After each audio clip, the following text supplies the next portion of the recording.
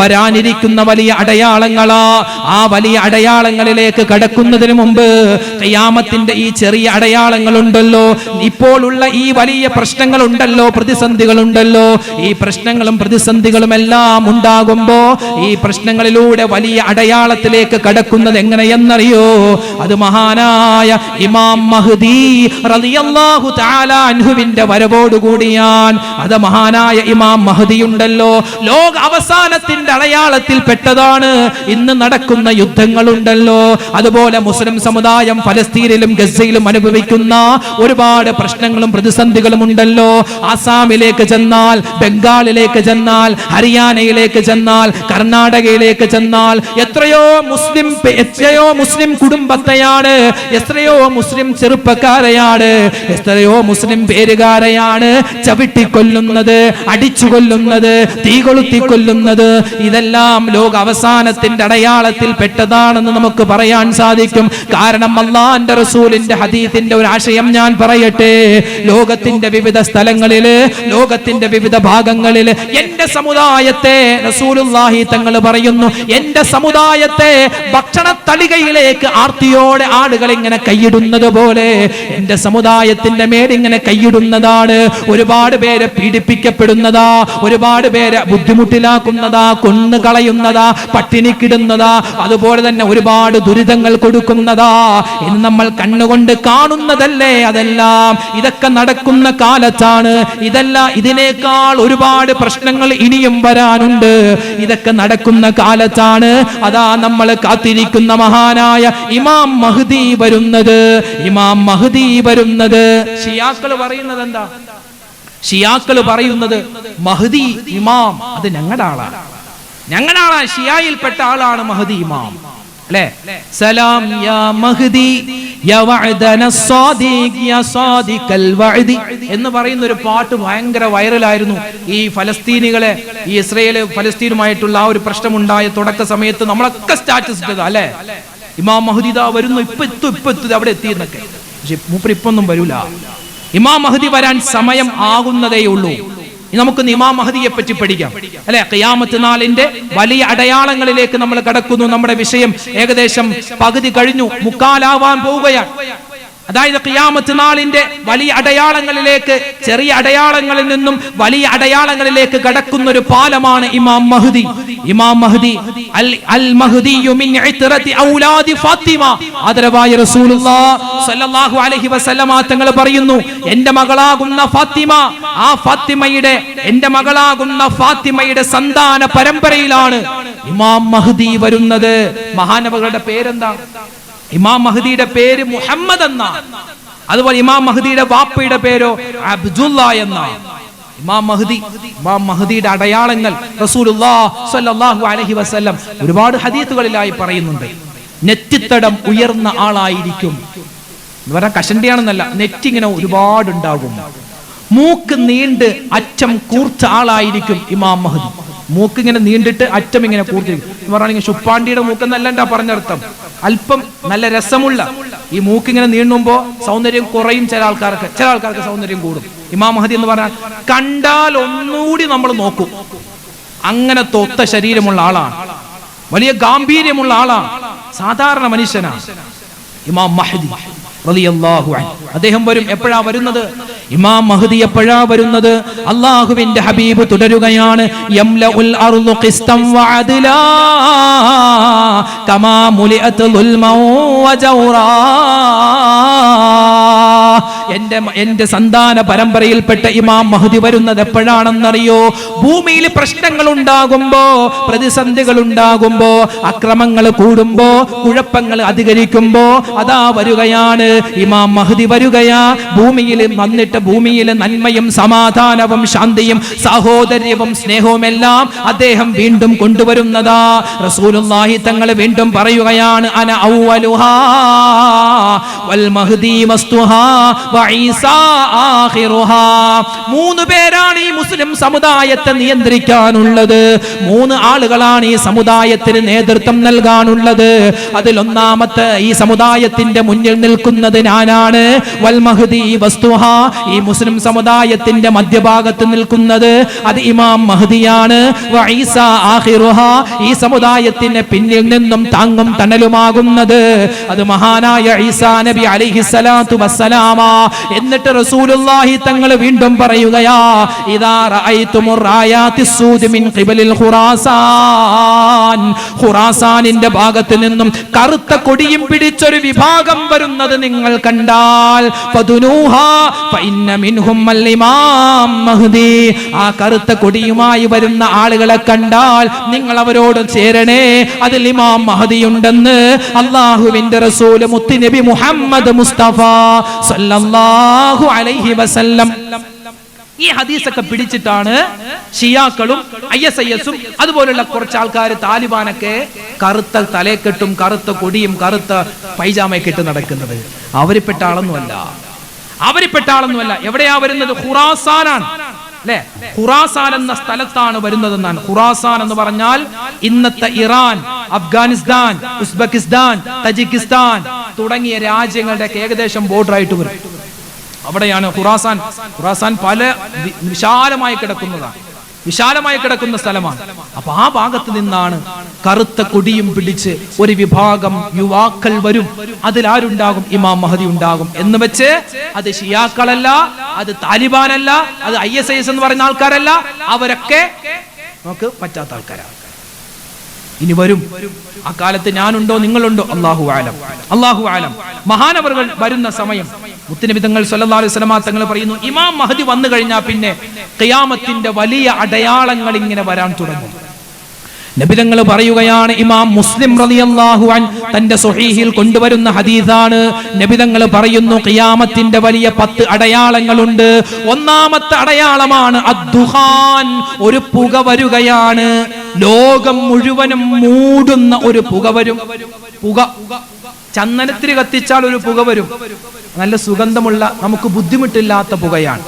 എന്നാൽ പ്ലാസ്റ്റിക്കും കുപ്പയൊക്കെ ഒന്നിച്ച് കത്തിച്ചാൽ ഒരു പുക വരും. അത് നമുക്ക് ബുദ്ധിമുട്ടാൻ പ്രയാസമാണ്. അങ്ങനത്തെ ഒരു പുക വരും. ലോകം മുഴുവനും ദുഹാൻ, ആ പുക കൊണ്ടിങ്ങനെ മൂടുമെന്ന് വിശുദ്ധമായ ഖുർആൻ സൂറത്തു ദുഹാനിൽ തന്നെ അല്ലാഹു തആല പറയുന്നുണ്ട്. ലോകം മുഴുവൻ ഒരു പുക ഇങ്ങനെ വരും. രണ്ടാമത്തെ അടയാളമായി പറയുന്നത് ദജ്ജാൽ. ദജ്ജാൽ വരികയാണ്. പിന്നെയോ മൂന്നാമത്തെ അടയാളം എന്ന മൃഗം വരികയാണ്. പിന്നെയോ തുലൂഅശ്ശംസി മിൻ മഗ്രിബിഹാ, പടിഞ്ഞാറ് നിന്നും സൂര്യൻ അതാ ഉദിക്കുകയാണ്. വനുസൂല ഈസ ഇബ്നു മറിയം, ഈസാ നബി വരികയാണ്. വയഅജൂജ വമഅജൂജ്, യഅജൂജും മഅജൂജും വരികയാണ്. വസലാസത ഖുസൂഫ്, 3 ഭൂകമ്പങ്ങൾ ഉണ്ടാവുകയാണ്. കിഴക്കൻ നാടുകളിൽ ഒരു ഭൂകമ്പം ഉണ്ടാകും, പടിഞ്ഞാറൻ നാടുകളിൽ ഒരു ഭൂകമ്പം ഉണ്ടാകും, മിഡിൽ ഈസ്റ്റിൽ ഒരു ഭൂകമ്പം ഉണ്ടാകും.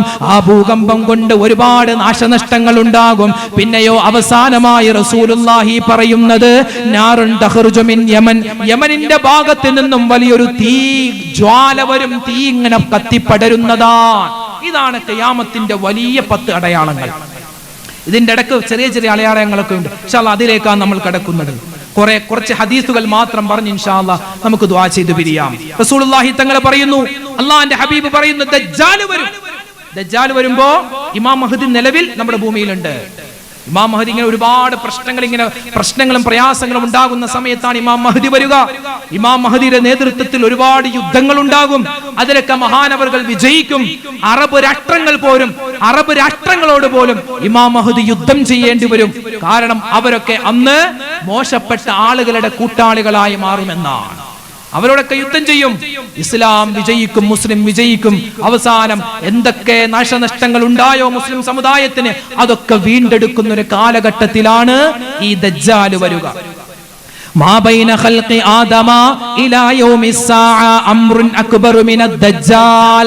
മഹാനായ ആദം നബി അലൈഹിസ്സലാത്തു വസ്സലാം മുതൽ ഖിയാമത്ത് നാൾ വരെയുള്ള ഏറ്റവും വലിയ ഫിത്നകളിൽ ഒന്ന് അത് ദജ്ജാലിന്റെ വരവാണെന്ന് ആദരവായ റസൂലുള്ളാഹി സ്വല്ലല്ലാഹു അലൈഹി വസല്ലം.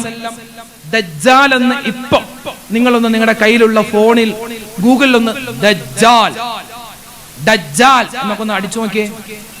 ഒരു ഫോട്ടോ വരും, ഒരു രൂപം. ഈ നെറ്റിയിൽ വലിയൊരു കണ്ണൊക്കെ ആയിട്ട് ഒരാളുടെ ഒരു ഫോട്ടോ അല്ലെ. ദജ്ജാൽ എന്ന് കേൾക്കുമ്പോൾ അങ്ങനെയല്ലേ? അങ്ങനെയൊന്നും അല്ല. അതൊക്കെ ആരോ ഉണ്ടാക്കി ചുമ്മാ തട്ടിവിട്ടതാ. ദജ്ജാൽ എന്ന് പറഞ്ഞാൽ ആരാ? മനുഷ്യനാ. ദജ്ജാൽ മനുഷ്യനാ. നമ്മെപ്പോലെ ഭക്ഷണം കഴിക്കുന്ന വെള്ളം കുടിക്കുന്ന ഒരു മനുഷ്യനാണ് ദജ്ജാൽ. പക്ഷെ അവന്റെ ഫിത്ന അത് വല്ലാത്ത ഫിത്നയാണ്. നമ്മളെക്കാൾ ഒരുപാട് കഴിവുകൾ അല്ലാഹു തആല മനുഷ്യനാണെങ്കിലും അവനിക്ക് കൊടുത്തിട്ടുണ്ടെന്നാണ്. ദജ്ജാല് അവന്റെ രൂപവും കോലവും വ്യക്തമായി ഹദീസിൽ കാണാം. റജുലുൻ ഖസീർ, പൊക്കം കുറഞ്ഞ ഒരു മനുഷ്യനാണ്. ആര്? ദജ്ജാൽ. വലിയ ആജാന ബാഹുവൊന്നല്ല, ഒരു പൊക്കം കുറഞ്ഞ ആളാണ്. ജഅദുൻ, വൃത്തിയില്ലാത്ത ചുരുണ്ട മുടിയായിരിക്കും ദജ്ജാലിനുണ്ടാവുക. മുടി പല രൂപത്തിലുണ്ട് അല്ലെ. ചുരുണ്ട മുടിയുള്ളവരുണ്ട്, എനിക്കൊക്കെ ചുരുണ്ട മുടിയാ. പക്ഷെ ചില മുടി കാണാൻ രസമുണ്ട്, ഈരി വെച്ചാൽ കൊള്ളാം. ചിലതോ ഇങ്ങനെ ചുരുണ്ടിരിക്കും, ഒരു മെനയില്ല. കണ്ടാൽ നമുക്കൊരു അറപ്പ് തോന്നും, വെറുപ്പ് തോന്നും. അതുപോലെ അറപ്പും വെറുപ്പും തോന്നുന്ന രൂപത്തിലുള്ള തലമുടിയാണ് ആർക്കുള്ളത്? ദജ്ജാലിനുണ്ടാവുക. അഫ്ഹജു, അവൻ നടക്കുന്ന രൂപം പോലും ഹദീസിൽ കാണാം. അഫ്ഹജു, അവൻ എങ്ങനെയാണ്? രണ്ട് കാലിന്റെ വിരലുകൾ അടുപ്പിച്ച് വെച്ച് കാലിന്റെ മടമ്പുകൾ അകത്തി വെച്ചാണ് നടക്കുന്നത്. താറാവ് നടക്കൂല, ഇങ്ങനെ അങ്ങനെയാ നടക്കുന്നതെന്ന്. ഇനിയോ ജസീമുൻ, നല്ല കൊടവയറക്കുള്ള ആളാണ്. ഇതാണ് ദജ്ജാൽ. ഹദീസിൽ പറഞ്ഞ ദജ്ജാൽ ഇതാണ്. ഗൂഗിളിൽ പറഞ്ഞ ദജ്ജാൽ നോക്കിയാൽ ഇവിടെ വലിയൊരു കണ്ണൊക്കെ ഉണ്ടാവും. ഇനി കേട്ടോ എങ്ങനെയാ അവൻ നടക്കുന്നത്? തല കുനിച്ച നടത്തം. ഈ ഗൊറില്ലയൊക്കെ നടക്കൂല, ഇങ്ങനെ ആ ഒരു നടത്തമാണ്. ശരീരം മുഴുവനും രോമമായിരിക്കും, ചുവന്ന കളറാണ്. ദജ്ജാലിന് രണ്ട് കണ്ണുണ്ട്. അപ്പൊ നമ്മൾ ഒറ്റക്കണ്ണൻ ദജ്ജാലെന്നോ? ഒരു കണ്ണിന് മാത്രമേ കാഴ്ചയുള്ളൂ, അതുകൊണ്ട് ഈ ഒറ്റക്കണ്ണെന്ന് പറഞ്ഞത്. അല്ലാതെ ഒരു കണ്ണ് മാത്രമൊന്നല്ല, രണ്ട് കണ്ണുമുണ്ട്, ഒരു കണ്ണിന് മാത്രമേ കാഴ്ചയുള്ളൂ. അതായത് വലത് കണ്ണിന് തീരെ കാഴ്ചയില്ല, ഇടത് കണ്ണിനാണ് കാഴ്ചയുള്ളത്. പിന്നെയോ ഈ വലത് കണ്ണ്, കാഴ്ചയില്ലാത്ത കണ്ണ് ഐനബത്തുൻ താഫിയ. നമ്മളൊരു മുന്തിരി എടുത്തിട്ട് ഇങ്ങനെ നെക്ക് കൊടുത്താൽ മുന്തിരിയുടെ ഉള്ളിലുള്ള ആ പൾപ്പുണ്ടല്ലോ, അതിങ്ങനെ പുറത്തേക്ക് വരൂലേ? അതുപോലെ കണ്ണിങ്ങനെ തള്ളിയാ നിൽക്കുന്നതെന്നാണ്. ഇതാണ് ഹദീസിലെ ദജ്ജാൽ.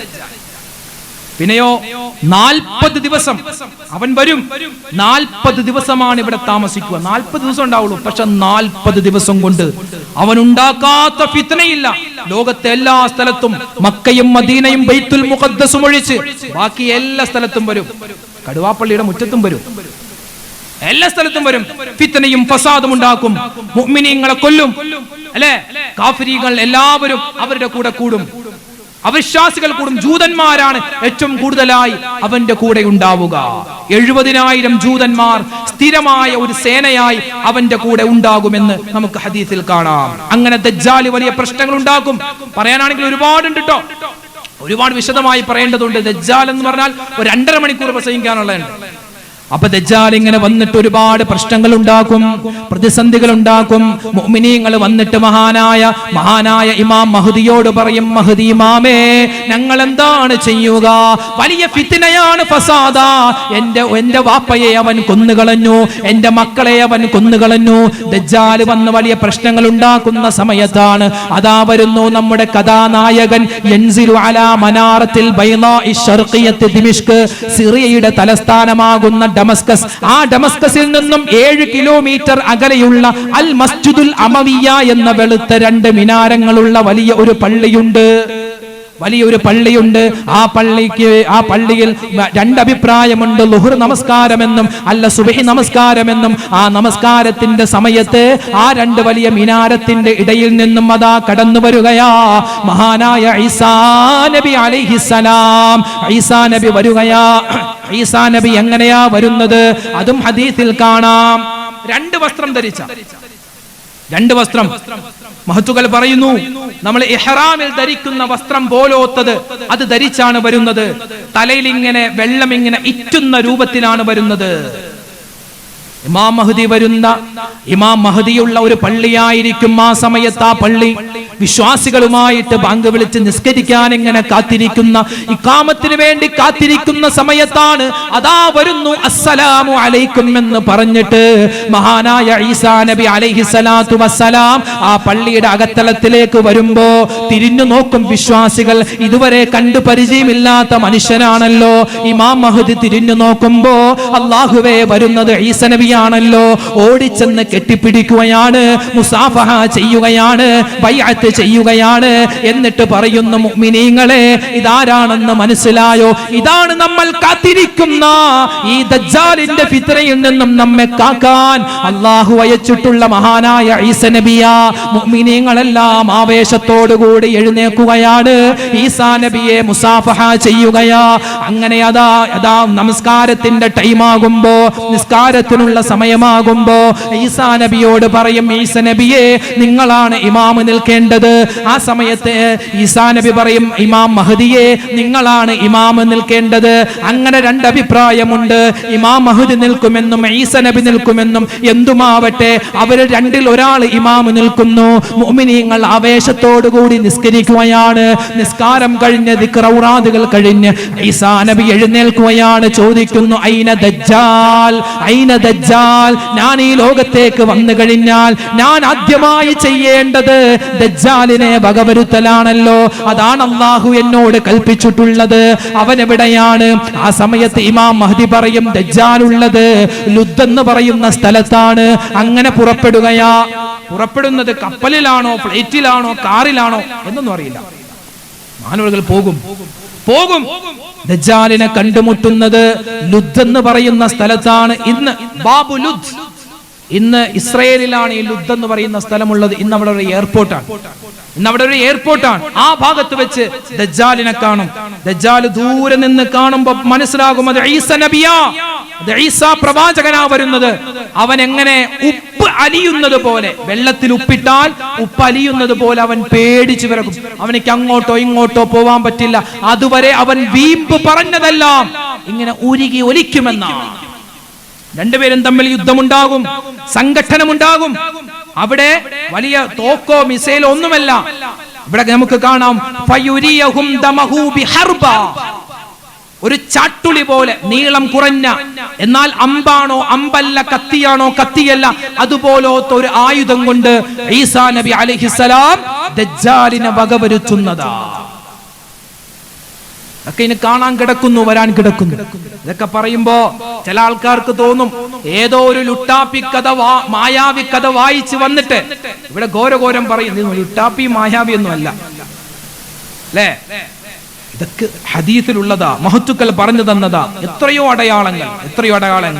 അങ്ങനെ വീണ്ടും അതാ ഈസാ നബി സല്ലല്ലാഹു അലൈഹി വസല്ലം പറയുന്നു, വയംകുതു അലൽ അർളി 45 സന, 45 വർഷമാണ് ഈസാ നബി പിന്നെ ജീവിക്കുന്നത്. 33ാമത്തെ വയസ്സിലാണ് ആകാശ ലോകത്തേക്ക് മഹാനവറുകളെ ഉയർത്തപ്പെട്ടത്. ബാക്കിയുള്ള വർഷം കൂട്ടി മൊത്തം 45 വർഷം ഈ ദുനിയാവിൽ മഹാനായ ഈസാ നബി ജീവിക്കുന്നതാണ്. തുമ്മയമൂതു, പിന്നീട് അദ്ദേഹം വഫാത്താകുന്നതാണ്. ഫയുദ്ഫനു മഈ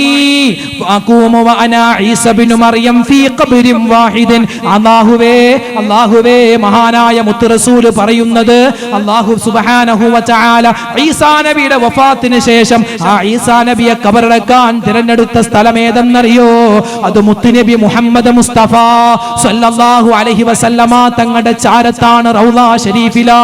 എന്നിട്ടോ നബി തങ്ങൾ പറയുന്നു, ഖിയാമത്ത് നാൾ കഴിഞ്ഞിട്ട് മഹ്ശറിലേക്ക് ഞാനും ഈസാ നബിയും ഒന്നിച്ചൊരു ഖബറിൽ നിന്നാണ് എഴുന്നേറ്റു വരിക. ഞങ്ങളാണ് ആദ്യമായി മഹ്ശറയിലേക്ക് പോവുക. അങ്ങനെ അതാ ഈസാ നബി അലൈഹിസ്സലാത്തു വസ്സലാം ഈ ലോകത്ത് ജീവിക്കുന്ന ഒരു ദിവസമാണ് മഹാനായ ജിബ്രീൽ അലൈഹിസ്സലാത്തു വസ്സലാം വന്നിട്ട് പറയുന്നത്, എടാ ഈസാ നബിയേ, നിങ്ങളും നിങ്ങളെ കൊണ്ട് വിശ്വസിച്ച ആളുകളും തൂരി സീനാ പർവ്വതത്തിലേക്ക് പോകണേ. കാരണം എന്തെന്നറിയോ? അതാ ഒരു വലിയ ഫിത്ന വരാനുണ്ട്, വലിയ ഒരു ഫസാദ് വരാനുണ്ട്. ഈസാ നബി ചോദിക്കും, എന്ത് ഫിത്നയാണ്, എന്ത് ഫസാദാണ്? അത് യഅജൂജ് മഅജൂജ. അതാ വരികയാണ് യഅജൂജ് മഅജൂജ്. അവര് വരുന്നു. അതാരാ? യഅജൂജ് വമഅജൂജ്, ഗോങ് ആൻഡ് മഗോങ് എന്നാണ് ഇംഗ്ലീഷിൽ പറയുക. ബൈബിളിൽ എസെക്കേൽ പുസ്തകത്തിൽ ഇവർ ആരാണെന്നൊക്കെ വ്യക്തമായി പറയുന്നുണ്ട്. ഇവരാരാ? ഇവരാരാ? ഈ യഅജൂജ് മഅജൂജ് എന്ന് പറയുന്നതും മനുഷ്യനാണ്. എല്ലാ ഫിത്നയും ഫസാദും ഈ മനുഷ്യനാണ്. ദജ്ജാലും മനുഷ്യനാണ്, യഅജൂജും മഅജൂജും മനുഷ്യനാണ്. മഹാനായ നൂഹ് നബി അലൈഹിസ്സലാത്തു വസ്സലാമിന് മൊത്തം 4 മക്കളുണ്ട്. അതിൽ 2 ഭാര്യമാരും 4 മക്കളുമുണ്ട്. 1 ഭാര്യയും 1 മകനുമാണ് വിശ്വസിച്ചത്, അവർ വിജയിച്ചു. പിന്നെയോ 3 മക്കളുണ്ട്. 1 സാം, 2 ഹാം, 3 യാഫിസ്. ഈ സാം എന്ന മകൻ, ആ മകനിൽ നിന്നാണ് മഹാനായ ഈ നൂഹ് നബി അലൈഹിസ്സലാത്തു വസ്സലാമിന് മൊത്തം 4 മക്കൾ, 2 ഭാര്യ 4 മക്കൾ. അതിൽ 1 ഭാര്യയും 1 മകനും വിശ്വസിച്ചില്ല. ബാക്കി 1 ഭാര്യയും 3 മക്കളുമാണ് വിശ്വസിച്ചത്. ആ 3 മക്കളിൽ സാം ഉണ്ട്, ഹാം ഉണ്ട്, യാഫിസ് ഉണ്ട്. ഈ സാം എന്ന മകന്റെ സന്താന പരമ്പരയാണ് അബുൽ അറബി വൽ അജം, അറബികളും യൂറോപ്യന്മാരും. ഹാം എന്ന മകന്റെ പരമ്പരയിലാണ് അബുൽ ഹബ്ഷ്, ആഫ്രിക്കൻ വംശജർ, അല്ലെ? ആഫ്രിക്കക്കാരില്ലേ, നീഗ്രോ വംശജർ, അവരുണ്ടായത് ഹാം എന്ന മകനിൽ നിന്നാണ്. 3ാമത്തെ മകനാകുന്ന യാഫിസ്, ഈ യാഫിസിന്റെ സന്താന പരമ്പരയിലാണ് യഅജൂജും മഅജൂജും വന്നിട്ടുള്ളത്. യഅജൂജ് മഅജൂജ് എന്ന് പറഞ്ഞാൽ മനുഷ്യന്മാരാണ്. വികൃതമായ കോലമാണെന്നാൽ കണ്ടാൽ പേടിയാകും. ഭയങ്കര ശക്തന്മാരാണ്. എപ്പോഴും അക്രമം ചെയ്യുന്ന ഒരു സ്വഭാവമാണ്. വലിയ ചെവിയുള്ളവരാണ്. മദ്രസയിലൊക്കെ നമ്മൾ കേട്ടിട്ടുണ്ട്, ഉസ്താദുമാര് പറയുമല്ലോ, യഅജൂജ് മഅജൂജിനെ പോലെയാണല്ലോടാ എന്നൊക്കെ. അതായത് വലിയ 2 ചെവിയുണ്ട്, ഒരു ചെവി വിരിച്ച് അതിൽ കിടന്ന് മറ്റേ ചെവി കൊണ്ട് മൂടുമെന്നൊക്കെ ഉസ്താദുമാര് മദ്രസയിൽ ഇങ്ങനെ പറഞ്ഞു തന്നിട്ടുണ്ട്.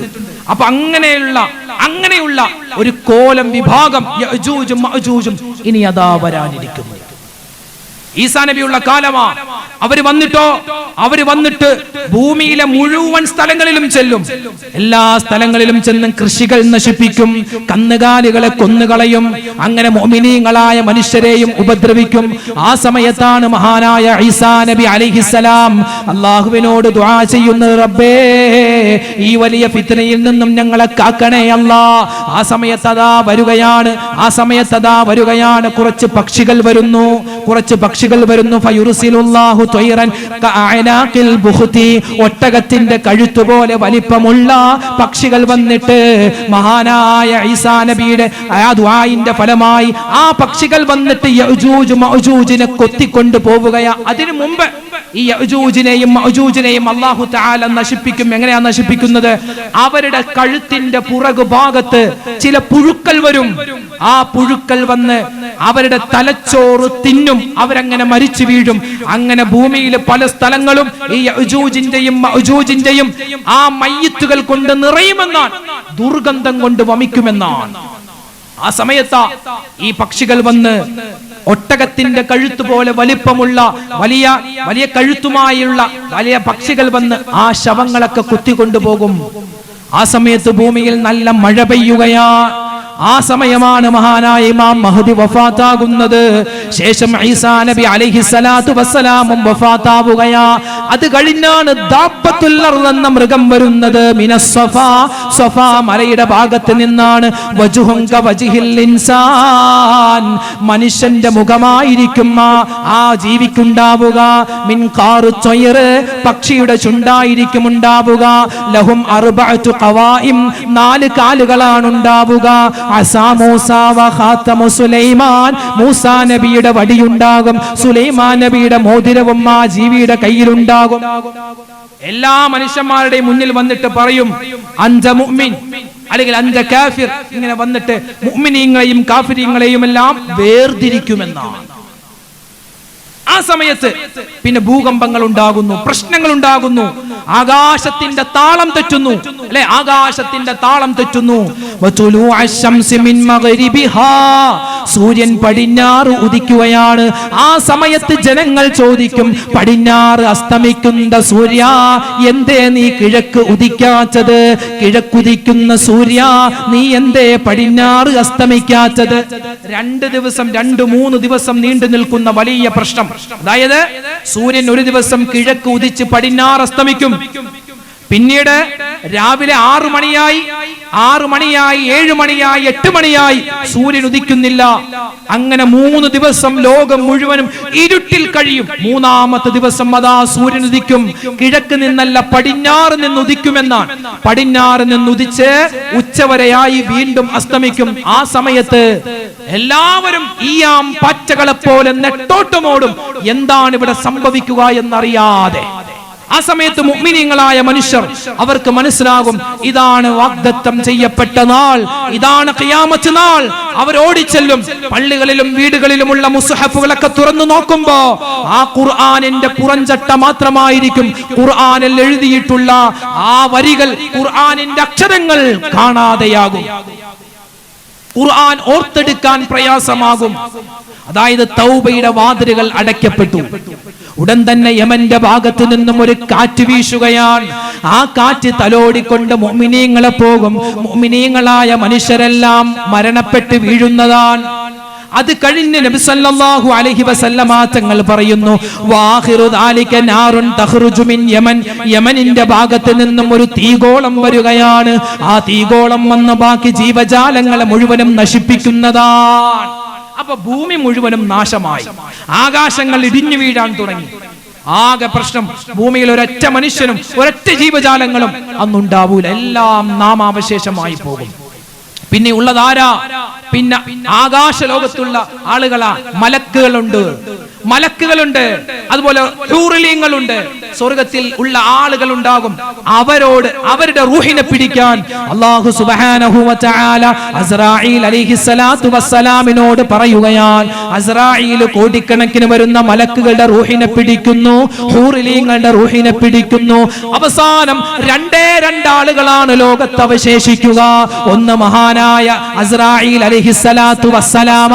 രണ്ടാമതായിട്ടുള്ളത് നമ്മുടെ ക്ലൈമാക്സ് ആണ്. കുല്ലു മൻ അലൈഹാ ഫാൻ വയബ്ഖാ വജ്ഹു റബ്ബിക ദുൽ ജലാലി വൽ ഇക്റാം. ലോകത്തുള്ള എല്ലാ വസ്തുക്കളും നശിക്കുന്നതാണ്. പിന്നെ ഉണ്ടാകുന്നത് അല്ലാഹ് മാത്രമാണ്.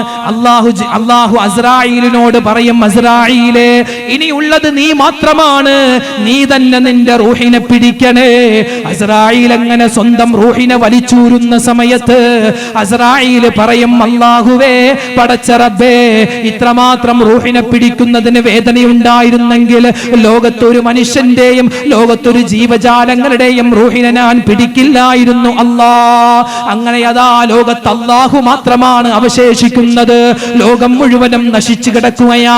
പിന്നീട് പടച്ചവൻ എപ്പോഴാണോ ഉദ്ദേശിക്കുന്നത് ആ സമയത്ത് അതാ ആദ്യമായി ജീവിപ്പിക്കുന്നത്, ജീവൻ കൊടുക്കുന്നത് മഹാനായ ഇസ്രാഫീൽ അലൈഹിസ്സലാത്തു വസ്സലാമിന. ഇസ്രാഫീൽ എന്ന മലക്കതാ എഴുന്നേൽക്കുന്നു, സൂർ എന്ന കാഹളത്തിൽ ഊതുന്നു. മരണപ്പെട്ടവർ ജീവിക്കുന്നു. മഹ്ശറിലേക്ക് അവർ പുറപ്പെടാൻ ഒരുങ്ങുന്നു. അതാ ആദ്യമായി ഖബറിൽ നിന്നും എഴുന്നേൽക്കുന്നത് മുത്തുനബി മുഹമ്മദ് മുസ്തഫ സല്ലല്ലാഹു അലൈഹി വസല്ലമ തങ്ങളും മഹാനായ ഈസാ നബിയുമാണ്. അവർ രണ്ടുപേരുമാണ് ആദ്യമായി മഹ്ശറിലേക്ക് പോകുന്നത്. അത് കഴിഞ്ഞാണ് ബാക്കി ലോകത്തുള്ള കോടാന് മനുഷ്യരും ജിന്നുകളും മറ്റ് ജീവജാലങ്ങളും മഹ്ശറിലേക്ക് പോകുന്നത്. ആ സമയത്താണ് അല്ലാഹുവിന്റെ ഹബീബ് പറയുന്നത്. ആ സമയം ഈ ഒരു സന്ദർഭത്തെ പറ്റിയാണ് റസൂലുള്ളാഹി തങ്ങൾ പറഞ്ഞു കൊടുത്തത്. സ്വഹാബിമാരെ, അതാ മഹ്ശറിലേക്ക് ജനങ്ങൾ വരുന്നത് 12 വിഭാഗമായിട്ടാണ്. ആ 12 വിഭാഗത്തിൽ 11 വിഭാഗവും നരകത്തിലാണ്. ഒരു വിഭാഗം മാത്രമാണ് സ്വർഗത്തിൽ ഉണ്ടാവുക. ആരാണ് നബിയേ ആ സ്വർഗത്തിൽ കിടക്കുന്ന വിഭാഗം? അല്ലാഹുവിന്റെ ഹബീബ് പറയുന്നു, നിസ്കരിക്കുന്നവരാണ്, നോമ്പ് പിടിക്കുന്നവരാണ്, സ്വതക്ക കൊടുക്കുന്നവരാണ്, ദിക്ർ ചൊല്ലുന്നവരാണ്, ദീനിനെ സ്നേഹിക്കുന്നവരാണ്, ഖുർആനിനെ സ്നേഹിക്കുന്നവരാണ്. അൽഹംദുലില്ലാഹ്, നമ്മുടെ സുന്ദരമായ ഈ മജ്ലിസിൽ വന്നിരിക്കുന്ന ഉപ്പമാരെ, ഉമ്മമാരെ, നിങ്ങൾ ഇവിടെ വന്നിരുന്ന ഈ ടൈം ഉണ്ടല്ലോ, ഈ മണിക്കൂറുകൾ ഉണ്ടല്ലോ, ഈ മണിക്കൂറുകൾ കൊണ്ടായിരിക്കാം നമുക്ക് ഈ രക്ഷപ്പെടുന്ന ഒരു വിഭാഗത്തിൽ പെടാൻ പറ്റുക. അതുകൊണ്ട് എന്റെ പ്രിയപ്പെട്ട മുഅ്മിനീങ്ങളെ, ഞാൻ എന്റെ പ്രഭാഷണം നിർത്തുകയാണ്. നമുക്ക് അവസാനമായി പറയാനുള്ളത്, അല്ലാഹുവിന്റെ ഹബീബ് പറഞ്ഞ ഈ രക്ഷപ്പെടുന്ന ഈ വിഭാഗത്തിൽ ഞാനും നിങ്ങളും പെടണം. അതിനെന്താ? ഒരുപാട് വഴിയുണ്ട്. നമ്മുടെ നിസ്കാരങ്ങൾ കൃത്യമാക്കണേ, ഇബാദത്തുകൾക്ക് മടിയുണ്ടാവരുത്. മുത്തുനബി മുഹമ്മദ് മുസ്തഫ സല്ലല്ലാഹു അലൈഹി വസല്ലമ തങ്ങളുടെ 1400 അല്ലാഹുവേ ജന്മദിനം ഇതാ വരികയാണല്ലോ. ആ സമയത്ത് മുത്തുനബിയെ പറ്റി നമ്മൾ കൂടുതൽ പറയണേ. ആ മുത്തുറസൂലിന് വേണ്ടി സ്വലാത്തുകൾ അധികരിപ്പിക്കണേ. ആ മുത്തുറസൂലിന്റെ സുന്നത്ത് ജീവിതത്തിൽ പ്രാവർത്തികമാക്കണേ. ഈ കാലത്ത് ലോക അവസാനത്തിന്റെ അടയാളങ്ങൾ നമുക്ക് എത്രയോ എണ്ണാൻ പറ്റും. നബി സല്ലല്ലാഹു അലൈഹി വസല്ലമ തങ്ങളുടെ ഹദീസുകൾ നോക്കിയാൽ ഖിയാമത്ത് നാളിന്റെ അടയാളങ്ങളിൽ, ലോക അവസാനത്തിന്റെ അടയാളങ്ങളിൽ ഇപ്പൊ നിലനിൽക്കുന്ന അടയാളമാണ് ഏറ്റവും കൂടുതലായിട്ടുള്ളതെന്നാണ്. ഒരിക്കൽ നബി സല്ലല്ലാഹു അലൈഹി വസല്ലമ തങ്ങൾ അതാ മദീന പള്ളിയുടെ വെളിയിലേക്ക് ഇറങ്ങി. മഴ ഇങ്ങനെ ചെറുതായി പെയ്യുന്നുണ്ട്. നബി തങ്ങൾ ഇങ്ങനെ ആകാശത്തേക്ക് നോക്കിയിട്ട് സ്വഹാബിമാര് പിറകിൽ നിൽക്കുന്നു. അവരോട് പറയുന്നു, സുബ്ഹാനല്ലാഹ് സുബ്ഹാനല്ലാഹ് തുർസലു അലൈക്കുമുൽ ഫിതനു ഇർസാലുൽ ഖത്ർ. ഈ മഴ ഇങ്ങനെ പെയ്യുന്നത് പോലെ, മഴത്തുള്ളികൾ ആകാശത്ത് നിന്നും ഭൂമിയിലേക്ക് ഇറങ്ങുന്നത് പോലെ അതാ വരുന്നുണ്ട്, ഫിത്നകൾ വരുന്നുണ്ട്, പ്രശ്നങ്ങൾ വരുന്നുണ്ട്, പ്രയാസങ്ങൾ എന്റെ ഉമ്മത്തിന്റെ മേൽ വരുന്നുണ്ട്. സ്വഹാബിമാരോ ചോദിക്കുകയാണ്, നബിയെ നിങ്ങൾ എന്താണ് പറയുന്നത്, മനസ്സിലാകുന്നില്ല. ആ സമയത്ത് അല്ലാഹുവിന്റെ ഹബീബ് പറയുകയാ, ലാ തഖൂമുസ് സാഅതു ഇല്ലാ അലാ ശിറാരിൽ ഖൽഖ്. സ്വഹാബാ, ഈ പരിശുദ്ധമായ വിശുദ്ധമായ ഇസ്ലാം ഉണ്ടല്ലോ, ആ ഇസ്ലാമിന് വളരാൻ പോവുകയാ, ഇസ്ലാം വളരാൻ പോവുകയാ. അതോടൊപ്പം തന്നെ വളരുന്ന മറ്റൊരു ഷർറുണ്ട്, മറ്റൊരു കാര്യമുണ്ട്. ഈ ലോകം അവസാനിക്കാൻ പോകുന്നു. അതിനു മുമ്പുള്ള ഒരു അടയാളം ഞാൻ പറഞ്ഞു തരട്ടെ. ഇല്ലാ അലാ ശിറാരിൽ ഖൽഖ്. മോശത്തരങ്ങൾ വളരാൻ പോവുകയാ, മോശത്തരങ്ങൾ വളരാൻ പോവുകയാണ്. വൃത്തികേടുകൾ കൂടുകയാണ്, അധാർമികത അധികരിക്കുകയാണ്. കൊലപാതകവും കലാപവും കവർച്ചയും കൊള്ളയടിയും പലിശയും ചൂതാട്ടവും മദ്യപാനവും ആത്മഹത്യയും പറ്റിക്കലും ചതിക്കലും വഞ്ചനയും പീഡനങ്ങളും അശ്ലീലങ്ങളും മയക്കുമരുന്നും എല്ലാം അധികരിക്കുന്ന ഒരു കാലഘട്ടം വരാൻ പോവുകയാണ് സ്വഹാബത്തെ. അങ്ങനെ അധികരിക്കുന്നത് കണ്ടാൽ ലാ തഖൂമുസ് സാഅ, ഖിയാമത്ത് നാൾ സംഭവിക്കില്ല.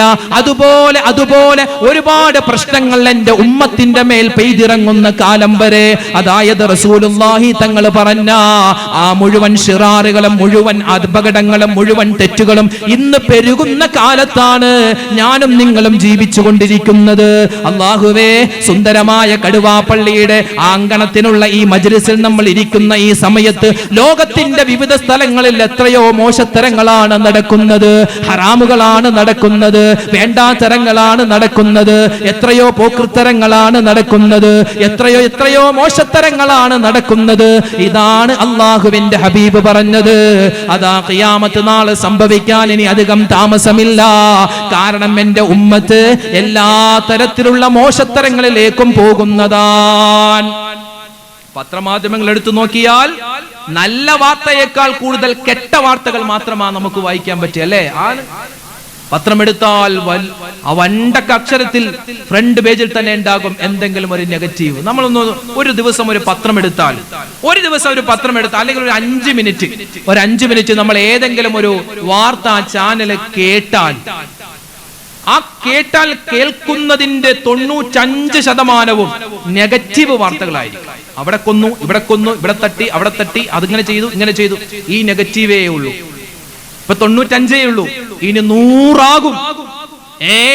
ആർക്കും നല്ലത് പറയാനുണ്ടാവില്ല, മോശത്തരങ്ങൾ മാത്രം പറയുന്ന ഒരു കാലഘട്ടം വരും. അന്നാണ് ഖിയാമത്ത് നാൾ സംഭവിക്കുക എന്ന് ആദരവായ റസൂലുള്ളാഹി സ്വല്ലല്ലാഹു അലൈഹി വസല്ലമ തങ്ങൾ പറയുകയാണ്. പിന്നെയോ വീണ്ടും റസൂലുള്ളാഹി തങ്ങൾ പറയുന്നു, ലാ തഖൂമുസ് സാഅ, ഖിയാമത്ത് നാൾ സംഭവിക്കുകയില്ല. ഹത്താ യക്തുറുൽ ഹർജ് അധികരിക്കുന്നത് വരെ. ഖാലൂ, സ്വഹാബിമാര് ചോദിക്കുന്നു, വമൽ ഹർജു യാ റസൂലല്ലാഹ്, എന്താണ് നബിയേ ഈ ഹർജ് എന്ന് പറഞ്ഞാൽ ഞങ്ങൾക്ക് മനസ്സിലായില്ല. വമൽ ഹർജു യാ റസൂലല്ലാഹ് ഖാല അൽ ഖത്ലു അൽ കൊലപാതകമാണ്, കൊല്ലലാണ്, കൊലപാതകം അധികരിക്കും. ദിനേനയുള്ള പത്രമാധ്യമങ്ങൾ നമ്മളെടുത്ത് വായിച്ചു നോക്കിയാൽ, പെറ്റുപോച്ചു വളർത്തിയ മാതാപിതാക്കൾ വയസ്സാകുമ്പോ ഉമ്മയും ബാപ്പയും ഭാരമായതുകൊണ്ട്, ഭാര്യയുടെ വാക്ക് കേട്ടതുകൊണ്ട് കൊല്ലുന്ന മക്കളുടെ കാലമാണ്. നിസാര കാര്യങ്ങൾ പറഞ്ഞ് പരസ്പരം വെട്ടിക്കൊല്ലുന്ന കാലമാണ്. കാമുകനോടൊപ്പം ജീവിക്കാൻ മക്കളെ പാറക്കെട്ടുകൾക്കിടയിൽ എറിഞ്ഞുകൊല്ലുന്ന മാതാക്കളുടെ കാലമാണ്. സ്വത്തിന് വേണ്ടി സ്വന്തം മകനെയും മരുമകളെയും പേരക്കുട്ടികളെയും പെട്രോൾ ഒഴിച്ച് കത്തിച്ചു കൊല്ലുന്ന വല്ലുപ്പമാരുടെ കാലഘട്ടമാണ്. ലഹരി വാങ്ങാൻ പൈസ തികയാതെ വന്നപ്പോ പണം ചോദിച്ച സമയത്ത് കൊടുക്കാതിരുന്ന ഉമ്മയുടെ കഴുത്ത് അറുത്തിട്ട് ആ മാല എടുത്തു കൊണ്ടുപോയി വിറ്റ് അതിൽ നിന്നും കിട്ടിയ പൈസ കൊണ്ട് കള്ളു പോന്തി കുടിച്ച മക്കളുടെ കാലഘട്ടമാണ്. ഇനി എന്തെല്ലാമാണ് വരാനിരിക്കുന്നത്? അല്ലാഹുവേ അല്ലാഹുവേ അല്ലാഹുവേ, ഞങ്ങളെ എല്ലാ തരത്തിലുള്ള മോശത്തരങ്ങളെ തൊട്ടും കാക്കണേ അല്ലാ. എന്റെ ശബ്ദം കേൾക്കുന്ന ഉമ്മമാരെ, എന്റെ ശബ്ദം കേൾക്കുന്ന വാപ്പമാരെ, ഞാനും നിങ്ങളും ഒന്ന് വലിയ രൂപത്തിൽ ചിന്തിക്കേണ്ട ഒരു കാലഘട്ടമാണ്. എന്റെയും നിങ്ങളുടെയും മക്കള് അല്ലാഹുവേ, ഇന്ന് നമ്മൾ നമ്മുടെ കൈ പിടിച്ച് അതാ കൂട്ടിക്കൊണ്ടുപോകുന്ന നമ്മുടെ മക്കളുണ്ടല്ലോ, ആ മക്കൾ ആ കൈ കൊണ്ട് നാളെ നമ്മുടെ മുഖത്തേക്ക് ചൂണ്ടുമെന്ന്, നമുക്ക് മുഖത്തേക്ക് ചൂണ്ടുമെന്ന് ഉറപ്പാണ്. കാരണം അങ്ങനെയാണ് ആ കാലഘട്ടം പോകുന്നത്. റബ്ബ് നമ്മളെ കാത്തുരക്ഷിക്കട്ടെ, നമ്മുടെ മക്കളെ അല്ലാഹു തആല കാത്തുരക്ഷിക്കുമാറാവട്ടെ. ഇന്നലെ ഒരു വാപ്പ പറഞ്ഞു, ഉസ്താദേ പ്രത്യേകം ദുആ രക്കണം. എന്താ? മകന്റെ സ്വഭാവം നന്നാവാൻ ദുആ ചെയ്യണം. ആയിക്കോട്ടെ, എന്താ പ്രശ്നം? ആ സമയത്ത് വാപ്പ പറഞ്ഞത്, ഇപ്പൊ മകൻ എപ്പോഴും ഒരു 5-6 വയസ്സായിട്ടുള്ളൂ, എപ്പോഴും മൊബൈലിലാണ്. ജോലി കഴിഞ്ഞ് ഞാൻ വന്നാൽ എന്റെ മൊബൈൽ എടുക്കും, ഞാനില്ലാത്തപ്പോൾ എന്റെ ഭാര്യയുടെ മൊബൈൽ എടുക്കും. ഇങ്ങനെ എടുത്ത് ഗെയിം കളിയാണ്. ഫുൾ കില്ലിങ്ങിന്റെ ഗെയിമാണ് അവനിക്ക് ഇഷ്ടം. കാർ റേസിംഗിന്റെ അല്ലെങ്കിൽ എന്താണ് റോബോട്ടിന്റെ ഒന്നുമല്ല, ഫുൾ കില്ലിങ്ങിന്റെയാണ്. എന്നിട്ടോ ആ മൊബൈൽ എങ്ങാനും ചോദിച്ചാൽ 6 വയസ്സ് 5 വയസ്സുള്ള കുട്ടി പറയുന്നത് ഐ വിൽ കിൽ യു. വാപ്പ മിണ്ടായിരുന്നു, നിന്നെ ഞാൻ കൊല്ലൂ എന്നാ പറയണേ. കാരണം അവൻ കാണുന്ന ഫുൾ ഗെയിമും എന്താ? വെടിവെപ്പാണ്. അപ്പൊ അവന്റെ മനസ്സിൽ അതിങ്ങനെ വന്നു, ഇപ്പോഴേ അതിങ്ങനെ വന്ന് ഇത് ഒരാളുടെ അല്ലേ, എല്ലാ കുടുംബത്തിലും ഉണ്ടാവും അങ്ങനെ. I will kill you. അതെന്താ പറയുന്നെന്ന് അവനിക്ക് അറിയില്ല, എന്താ പറയുന്നറിയില്ല. വാപ്പ നിന്നെ ഞാൻ കൊല്ലൂന്ന് അതിന്റെ അർത്ഥം. ഉണ്ടായിരുന്നോ? ഇപ്പൊ തരൂല, ഫോൺ ഇപ്പൊ തരൂല എന്നാണ്. ഇങ്ങനെ ആ മക്കളുടെ കാലം. അല്ലാഹുവേ റബ്ബേ, ഞങ്ങളുടെ മക്കളെ എല്ലാവരെയും നീ കാത്തുരക്ഷിക്കണേ റഹ്മാനെ. ഈ മക്കളെ ഉൾപ്പെടെ ഞങ്ങളുടെ എല്ലാ മക്കളെയും നീ സ്വാലിഹീങ്ങൾ ആക്കണേ അല്ലാ. അല്ലാഹുവിന്റെ ഹബീബ് നിർത്തുന്നില്ല, വീണ്ടും പറയുകയാ, ഇന്ന മിൻ അശ്റാത്തിസ് സാഅ, ഖിയാമത്ത് നാളിന്റെ അടയാളത്തിൽപ്പെട്ടതാണ് വയക്തുറു സിനാ വയക്തുറു ശുറുബുൽ ഖംർ തളുഹുറൽ ഫഹ്ശു വത്തഫാഹുഷ്. തെറ്റ് അധികരിക്കുമെന്നല്ല നബി പറഞ്ഞത്. തെറ്റ് അധികരിക്കും, അതൊക്കെ. പക്ഷെ തെറ്റ് അധികരിക്കുമ്പോൾ അത് പരസ്യമായി അധികരിക്കുമെന്നാണ്. പരസ്യമായി അധികരിക്കും. കൊലപാതകം നടു റോട്ടിൽ വെച്ച് കൊല്ലുകയാണ്. നടു റോട്ടിലാണ് കൊലപാതകം. അശ്ലീലം, അതുപോലെ മോശത്തരം പറയുക, ചെയ്യുക, കള്ളു കുടിക്കുക, കവർച്ച ചെയ്യുക, മോഷണം നടത്തുക, എല്ലാം പരസ്യമായിട്ടാണ്. അങ്ങനെ ഒരു കാലഘട്ടം വരുമെന്ന് നബി തങ്ങൾ പറഞ്ഞു. ആ കാലത്താണ് ഞാനും നിങ്ങളും ഉള്ളത്. കേരളം സാക്ഷരതയിൽ ഒന്നാമതാണ്, അല്ലെ? കേരളം ആരോഗ്യക്ഷമതയിൽ ഒന്നാമതാണ്. കേരളം IT സാങ്കേതിക വിദ്യയിൽ ഒന്നാമതാണ്. കേരളം ലഹരിയുടെ ഉപയോഗത്തിലും ഒന്നാമതാണ്. ലഹരി ഏറ്റവും കൂടുതൽ ഇന്ത്യ രാജ്യത്ത് സംസ്ഥാന അടിസ്ഥാനത്ത് നോക്കിയാൽ ഏറ്റവും കൂടുതൽ മദ്യം ഉൽപ്പാദിപ്പിക്കപ്പെടുന്നതും അതുപോലെ തന്നെ മദ്യം വിറ്റഴിക്കപ്പെടുന്നതും കേരളമായി കൊണ്ടിരിക്കുന്നു. ഈ മറ്റ് സംസ്ഥാനങ്ങളെ വെട്ടിക്കുകയാണ്. ഒരു വർഷം കേരളം കുടിക്കുന്നത് 28 കോടി ലിറ്റർ മദ്യം. ഓണത്തിന്റെ സീസൺ ആണല്ലോ, ഇനി പുതിയ കണക്കുകൾ നമുക്കറിയാൻ പറ്റും, അല്ലേ? എത്രയോ മദ്യം, എത്രയോ. കേരളത്തിൽ ഒരു മാസം 50,000 കിലോ പാൻ മസാലകളാണ് വിറ്റഴിക്കപ്പെടുന്നത്. കേരളത്തിൽ ഒരു വർഷം കോടിക്കണക്കിന് രൂപയാണ് കഞ്ചാവിന്റെ കേസിൽ പിടിക്കപ്പെടുന്നത്. കേരളത്തിലെ 45% കുട്ടികളും ലഹരി ഉപയോഗിക്കുന്നുണ്ട്. കേരളത്തിലെ ലഹരി മൂലം ഒരു വർഷം 1 ലക്ഷം പേരാണ് ക്യാൻസർ രോഗികളാകുന്നത്. 8 ലക്ഷം പേരാണ് കരൾ രോഗികളായി മാറുന്നത്. 10 ലക്ഷം പേരാണ് ഒരു വർഷം കേരളത്തിൽ മാത്രം രോഗങ്ങൾക്ക് അടിമപ്പെടുന്നത് ലഹരിയുടെ മദ്യത്തിന്റെ ഉപയോഗം മൂലം. റസൂലുള്ളാഹി സ്വല്ലല്ലാഹു അലൈഹി വസല്ലം എത്ര സത്യമാ പറഞ്ഞതല്ലേ, എത്ര സത്യമാണ്. റോഡ് അപകടങ്ങൾ, കൊലപാതകം, പീഡനം, മറ്റ് നാശനഷ്ടങ്ങൾ എല്ലാം ഉണ്ടാക്കുന്നത് ഈ മദ്യപാനവും ഇതുപോലുള്ള മോശത്തരങ്ങളുമാണ്. അതാണ് അല്ലാഹുവിന്റെ ഹബീബ് പറയുന്നത്, ഖുദാ കേ റൂബറോജ് സെ ദിൻ ഖിയാമത്ത് കാ വഫാ ഹോഗാ ഉസീ ദിൻ बाप बेटे का न बेटा बाप का होगा.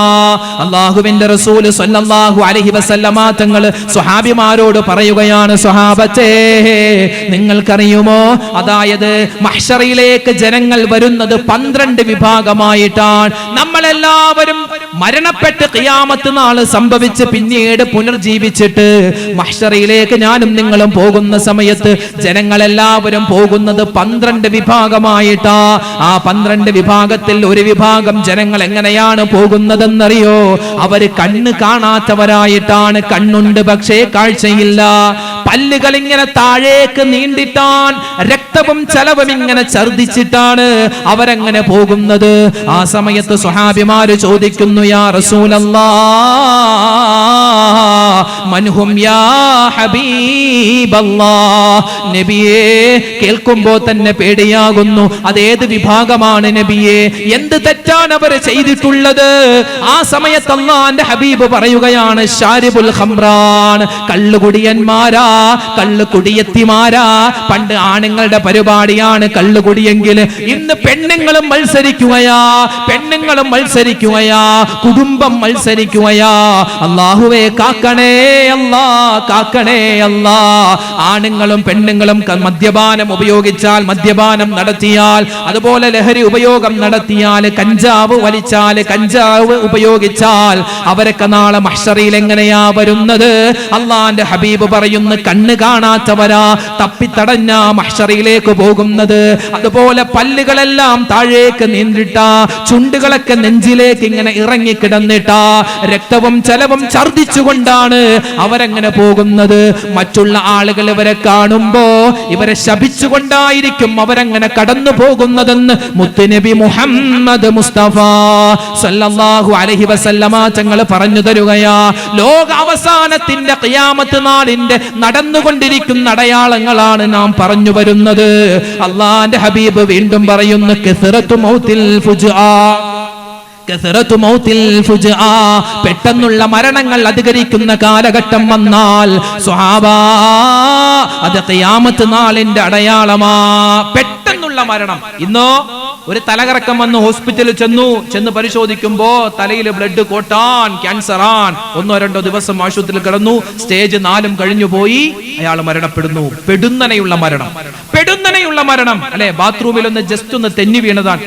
മിനിഞ്ഞാന്ന് ഞാൻ ജോലി ചെയ്യുന്ന എറണാകുളം എന്റെ പള്ളിയുടെ ഫ്രണ്ടിൽ ജോലി ചെയ്യുന്ന പാലക്കാടുകാരനായ ഒരു സഹോദരൻ, അദ്ദേഹത്തിന്റെ ഒരു കല്യാണം കഴിഞ്ഞു. ആദ്യത്തെ ഭാര്യ മരണപ്പെട്ടു പോയി. രണ്ടാമതൊരു വിവാഹം കഴിച്ചു. ഒരുപാട് നാളുകൾക്ക് ശേഷമാണ് അവർക്കൊരു കുട്ടി ഉണ്ടാകുന്നത്. കുട്ടി 8 മാസം വയറ്റിലുള്ള സമയം, അതായത് മിനിഞ്ഞാന്ന് 8 മാസം വയറ്റിൽ ചുമന്ന ആ സഹോദരി ബാത്റൂമിലേക്ക് കയറിയപ്പോൾ തെന്നി വീണു, തലയടിച്ചു വീണു, ബ്ലഡ് കോട്ടായി, ബ്ലഡ് പുറത്തേക്ക് പോയി. ആ കുട്ടിയും ആ ഉമ്മയും മരണപ്പെട്ടു. അല്ലാഹു തആല അവർക്ക് സ്വർഗ്ഗത്തിൽ ഉന്നതമായ പദവി കൊടുത്ത് അനുഗ്രഹിക്കുമാറാവട്ടെ. ആ സഹോദരന്റെ അവസ്ഥ എന്തായിരിക്കും അല്ലെ? ആദ്യത്തെ ഭാര്യ മരണപ്പെട്ടു, രണ്ടാമത്തെ ഭാര്യയും കുട്ടി വയറ്റിലുള്ള 8 മാസമായി വയറ്റിലുള്ള കുട്ടിയും മരണപ്പെട്ടു. ഇങ്ങനെ എത്രയോ പെട്ടെന്നുള്ള മരണം, പെട്ടെന്നുള്ള മരണം. ഇപ്പൊ ഞാൻ എന്റെ കുടുംബത്തിന്റെ പ്രതീക്ഷയാണ്. നമ്മൾ ഓരോരുത്തരും നമ്മുടെ കുടുംബത്തിന്റെ പ്രതീക്ഷയാണ്. ഈ കടുവ പള്ളിയിൽ സുന്ദരമായ മജ്‌ലിസിൽ വന്ന് നമ്മൾ ഇരിക്കുന്നു അല്ലെ. നമ്മൾ ഇനി വീട്ടിലേക്ക് എത്തോ ഇല്ലയോ എന്ന് വല്ല പ്രതീക്ഷയുണ്ടോ? വല്ല പ്രതീക്ഷയുണ്ടോ? നമുക്ക് പ്രതീക്ഷ വെക്കാൻ പറ്റുമോ? ഒന്നിനും പറ്റാത്തൊരു കാലമാണ്. ഒന്നിനും കുഴഞ്ഞു വീണ് മരണം അല്ലെ. ജിമ്മ്, അവന്റെ ശരീരത്തിലെ കൊഴുപ്പൊക്കെ അലിച്ചു കളയാൻ, സിക്സ് പാക്ക് വെക്കാൻ, മസിൽ വീർപ്പിക്കാൻ അവൻ ജിമ്മിൽ പോകുന്നു. സാധനങ്ങളൊക്കെ എടുത്ത് പൊക്കുന്നതിന്റെ ഇടയിൽ കുഴഞ്ഞു വീണ് മരിക്കുന്നു. എന്താ? Silent attack. രോഗങ്ങൾ കൂടും. റസൂലുള്ളാഹി രോഗങ്ങൾ കൂടും. പേരില്ലാത്ത, മരുന്നില്ലാത്ത രോഗങ്ങൾ. കഴിഞ്ഞ ആഴ്ച നമ്മുടെ പള്ളിയിൽ ഒരു പിരിവ് വന്നു. ഒരു സഹായം ചോദിച്ച് ഒരു ഉമ്മയും കുട്ടിയും വന്നു. 10-12 വയസ്സുള്ള ഒരു പെൺകുട്ടിയാ. എന്താ, കാണാൻ കുഴപ്പമൊന്നുമില്ല, നല്ല റാഹത്തുള്ള കുട്ടിയാ. പക്ഷെ കുട്ടിക്ക് പ്രശ്നം എന്ന് പറഞ്ഞാല് അറിയാതെ, കുട്ടി അറിയുന്നില്ല, അറിയാതെ മലവും മൂത്രവും പുറത്തേക്ക് പോകും. അത് ഒരു പ്രാവശ്യം തുടർച്ചയായി ഇങ്ങനെ അല്പാൽപമായി പോയിക്കൊണ്ടിരിക്കും. 12 വയസ്സെന്ന് പറഞ്ഞ കുട്ടികൾ എന്നൊക്കെ പറഞ്ഞാൽ സ്കൂളിൽ ഓടിച്ചാടി നടക്കേണ്ട പ്രായമല്ലേ. അതൊരു പെൺകുട്ടിയാണ്. ഉസ്താദേ, ഒരുപാട് ഹോസ്പിറ്റൽ, അമൃത ഹോസ്പിറ്റൽ, അതുപോലെ എറണാകുളം ഒരുപാട് ഹോസ്പിറ്റൽ ഉണ്ട്. അമൃതയുണ്ട്, ലിസി ഹോസ്പിറ്റൽ ഉണ്ട്, മെഡിക്കൽ ട്രസ്റ്റ് ഉണ്ട്, അതുപോലെ തന്നെ ഒരുപാട് ഹോസ്പിറ്റൽ, ലക്ഷോർ ഹോസ്പിറ്റൽ, എല്ലാ സ്ഥലത്തും പോയി ഡോക്ടർമാർ പറയുന്നത് ഒരു കുഴപ്പമില്ലെന്നാണ്. ഉസ്താദ് ദുആ ചെയ്യണം, ഞങ്ങളുടെ കുടുംബത്തിന് ഒന്നുമില്ല, ഇനി എന്തെങ്കിലും ഈ കുട്ടിക്ക് മരുന്ന് വാങ്ങി കൊടുക്കാൻ എന്തെങ്കിലും സഹായം വേണം, അതിനുവേണ്ടി പിരിവിനായിട്ട് വന്നതാണ്. ഇങ്ങനെ പെട്ടെന്ന് രോഗം വരിക, രോഗത്തിന് മരുന്നില്ലാതിരിക്കുക, മരുന്ന് കണ്ടുപിടിക്കാതിരിക്കുക, ഇതൊക്കെ എന്താ? ഇതൊക്കെ ഖിയാമത്ത് നാളിന്റെ അടയാളമാണ് അല്ലേ? ഒരുപാട് അംബിയാക്കൾ, അതിലേറെ ഔലിയാക്കൾ, അവരെല്ലാം മൗതായില്ലേ, ആഴം ഖബറിലല്ലേ, ജല്ല ജലാലാമല്ലാഹ്, ജയം നിന്നിൽ മാത്രമല്ലാഹ്, ജനനം നിൻ ഖുദ്റത്തല്ലേ, ജനിച്ചാൽ മരണമില്ലേ. അല്ലാഹുവേ, ഞാനും നിങ്ങളെല്ലാം ഒരു കുടുംബത്തിന്റെ പ്രതീക്ഷയാണ്, ഞാനും നിങ്ങളൊക്കെ ഒരു കുടുംബത്തിന്റെ പ്രതീക്ഷയാണ്. ആ പ്രതീക്ഷ നിറവേറ്റാനാണ് ഞാനും നിങ്ങളുമെല്ലാം യാത്രകൾ ചെയ്യുന്നത്, ജോലി ചെയ്യാൻ വേണ്ടി പല സ്ഥലങ്ങളിലേക്കും പോകുന്നത്. നമ്മളങ്ങനെ സലാം പറഞ്ഞ് നമ്മുടെ ഭാര്യയുടെ കയ്യും പിടിച്ച് മക്കളുടെ കൈകെടുത്ത് നമ്മൾ വീട്ടിൽ നിന്നും പുറത്തേക്ക് ഇറങ്ങി. ഇനി നമ്മൾ മയ്യിത്തായിട്ടാണോ അതോ ജീവനോടെയാണോ വീട്ടിലേക്ക് കടന്നു ചെല്ലുക എന്ന് എനിക്കും നിങ്ങൾക്കും യാതൊരു ഉറപ്പുമില്ലല്ലോ. അതാണ് അള്ളാന്റെ ഹബീബ് പറയുന്നത്, അപ്രതീക്ഷിതമായ മരണങ്ങൾ കൂടുന്ന കാലഘട്ടം വന്നാൽ, ആക്സിഡന്റുകൾ കൂടുന്ന അപകടങ്ങൾ ഉണ്ടാകുന്ന കാലഘട്ടമായാൽ, ഭർത്താവ് ജോലിക്ക് പോയി തിരിച്ചു വരുമ്പോ ഭാര്യ കിടക്കുകയാണ്, തട്ടി നോക്കുമ്പോൾ ഭാര്യയുടെ മയ്യത്താൻ, ഭർത്താവ് വരുമ്പോൾ ഭാര്യ മരിച്ചു കിടക്കുന്നു. അല്ലാഹുവേ, ഭാര്യ വന്ന് നോക്കുമ്പോ ഭർത്താവ് മരണപ്പെട്ട് കിടക്കുന്നു. രാവിലെ മദ്രസയിലേക്ക് എഴുന്നേൽപ്പിക്കാൻ കുട്ടികളെ വിളിക്കുമ്പോ കുട്ടിയതാ മരണപ്പെട്ട് കിടക്കുന്നു. ഇങ്ങനെ ഒരുപാട് പെട്ടെന്നുള്ള മരണങ്ങൾ കണ്ടാൽ അത് ഖിയാമത്തിന്റെ അടയാളമാണെന്ന് ആദരവായ റസൂലുള്ളാഹി സ്വല്ലല്ലാഹു അലൈഹി വസല്ലമ തങ്ങൾ പറയുകയാ. വീണ്ടും റസൂലുള്ളാഹി തങ്ങൾ പറയുന്നു, എന്താ? നബി തങ്ങൾ വീണ്ടും പറയുന്നു, ലാ തഖൂമുസ്സാഅ തഊദു അർദുൽ അറബി ബുറൂജൻ വ അൻഹാറാ. അറബ് രാജ്യങ്ങളുണ്ടല്ലോ, മരുഭൂമി രാജ്യങ്ങൾ, അറബ് രാജ്യങ്ങൾ, ആ അറബ് രാജ്യങ്ങളിൽ സസ്യങ്ങൾ മുളക്കുന്നതാണ്, പച്ചപ്പുണ്ടാകുന്നതാണ്, നദികൾ ഒഴുകുന്നതാണ്. ഇന്നിപ്പോ നമ്മൾ സൗദിയിലും ബഹ്റൈനിലും ഒക്കെ ചെന്ന് നോക്കിയാൽ എത്രയോ ഗൾഫ് രാജ്യങ്ങളിൽ ഗ്രീൻ സിറ്റികൾ ഒരുപാടുണ്ട്. അവിടെ സത്യം പറഞ്ഞാൽ ഒരു പുല്ലുപോലും മുളക്കില്ല. ഇവർ ആർട്ടിഫിഷ്യലായി ഒരുപാട് കാര്യങ്ങൾ ചെയ്ത് നദികൾ ഉണ്ടാക്കിയിട്ടുണ്ട്. നമുക്ക് ജന്മനാ പടച്ചോൻ നമുക്ക് കേരളത്തിൽ എന്ത് കൊടുത്തിട്ടുണ്ട്? പച്ചപ്പ് കൊടുത്തിട്ടുണ്ട്. എന്നാൽ ഗൾഫ് രാജ്യങ്ങളിൽ ഭൂരിപക്ഷവും പച്ചപ്പില്ല. എന്നാൽ അവർ ആർട്ടിഫിഷ്യലായി കേരളത്തെക്കാൾ സുന്ദരമായി മനോഹരമായി ഒരുപാട് പച്ചപ്പുകൾ ഉണ്ടാക്കി. ഇത് റസൂലുള്ളാഹി തങ്ങൾ പറഞ്ഞതാ 15 നൂറ്റാണ്ടുകൾക്ക് മുമ്പ്. ഗ്രീൻ സിറ്റികൾ കൂടുന്നു.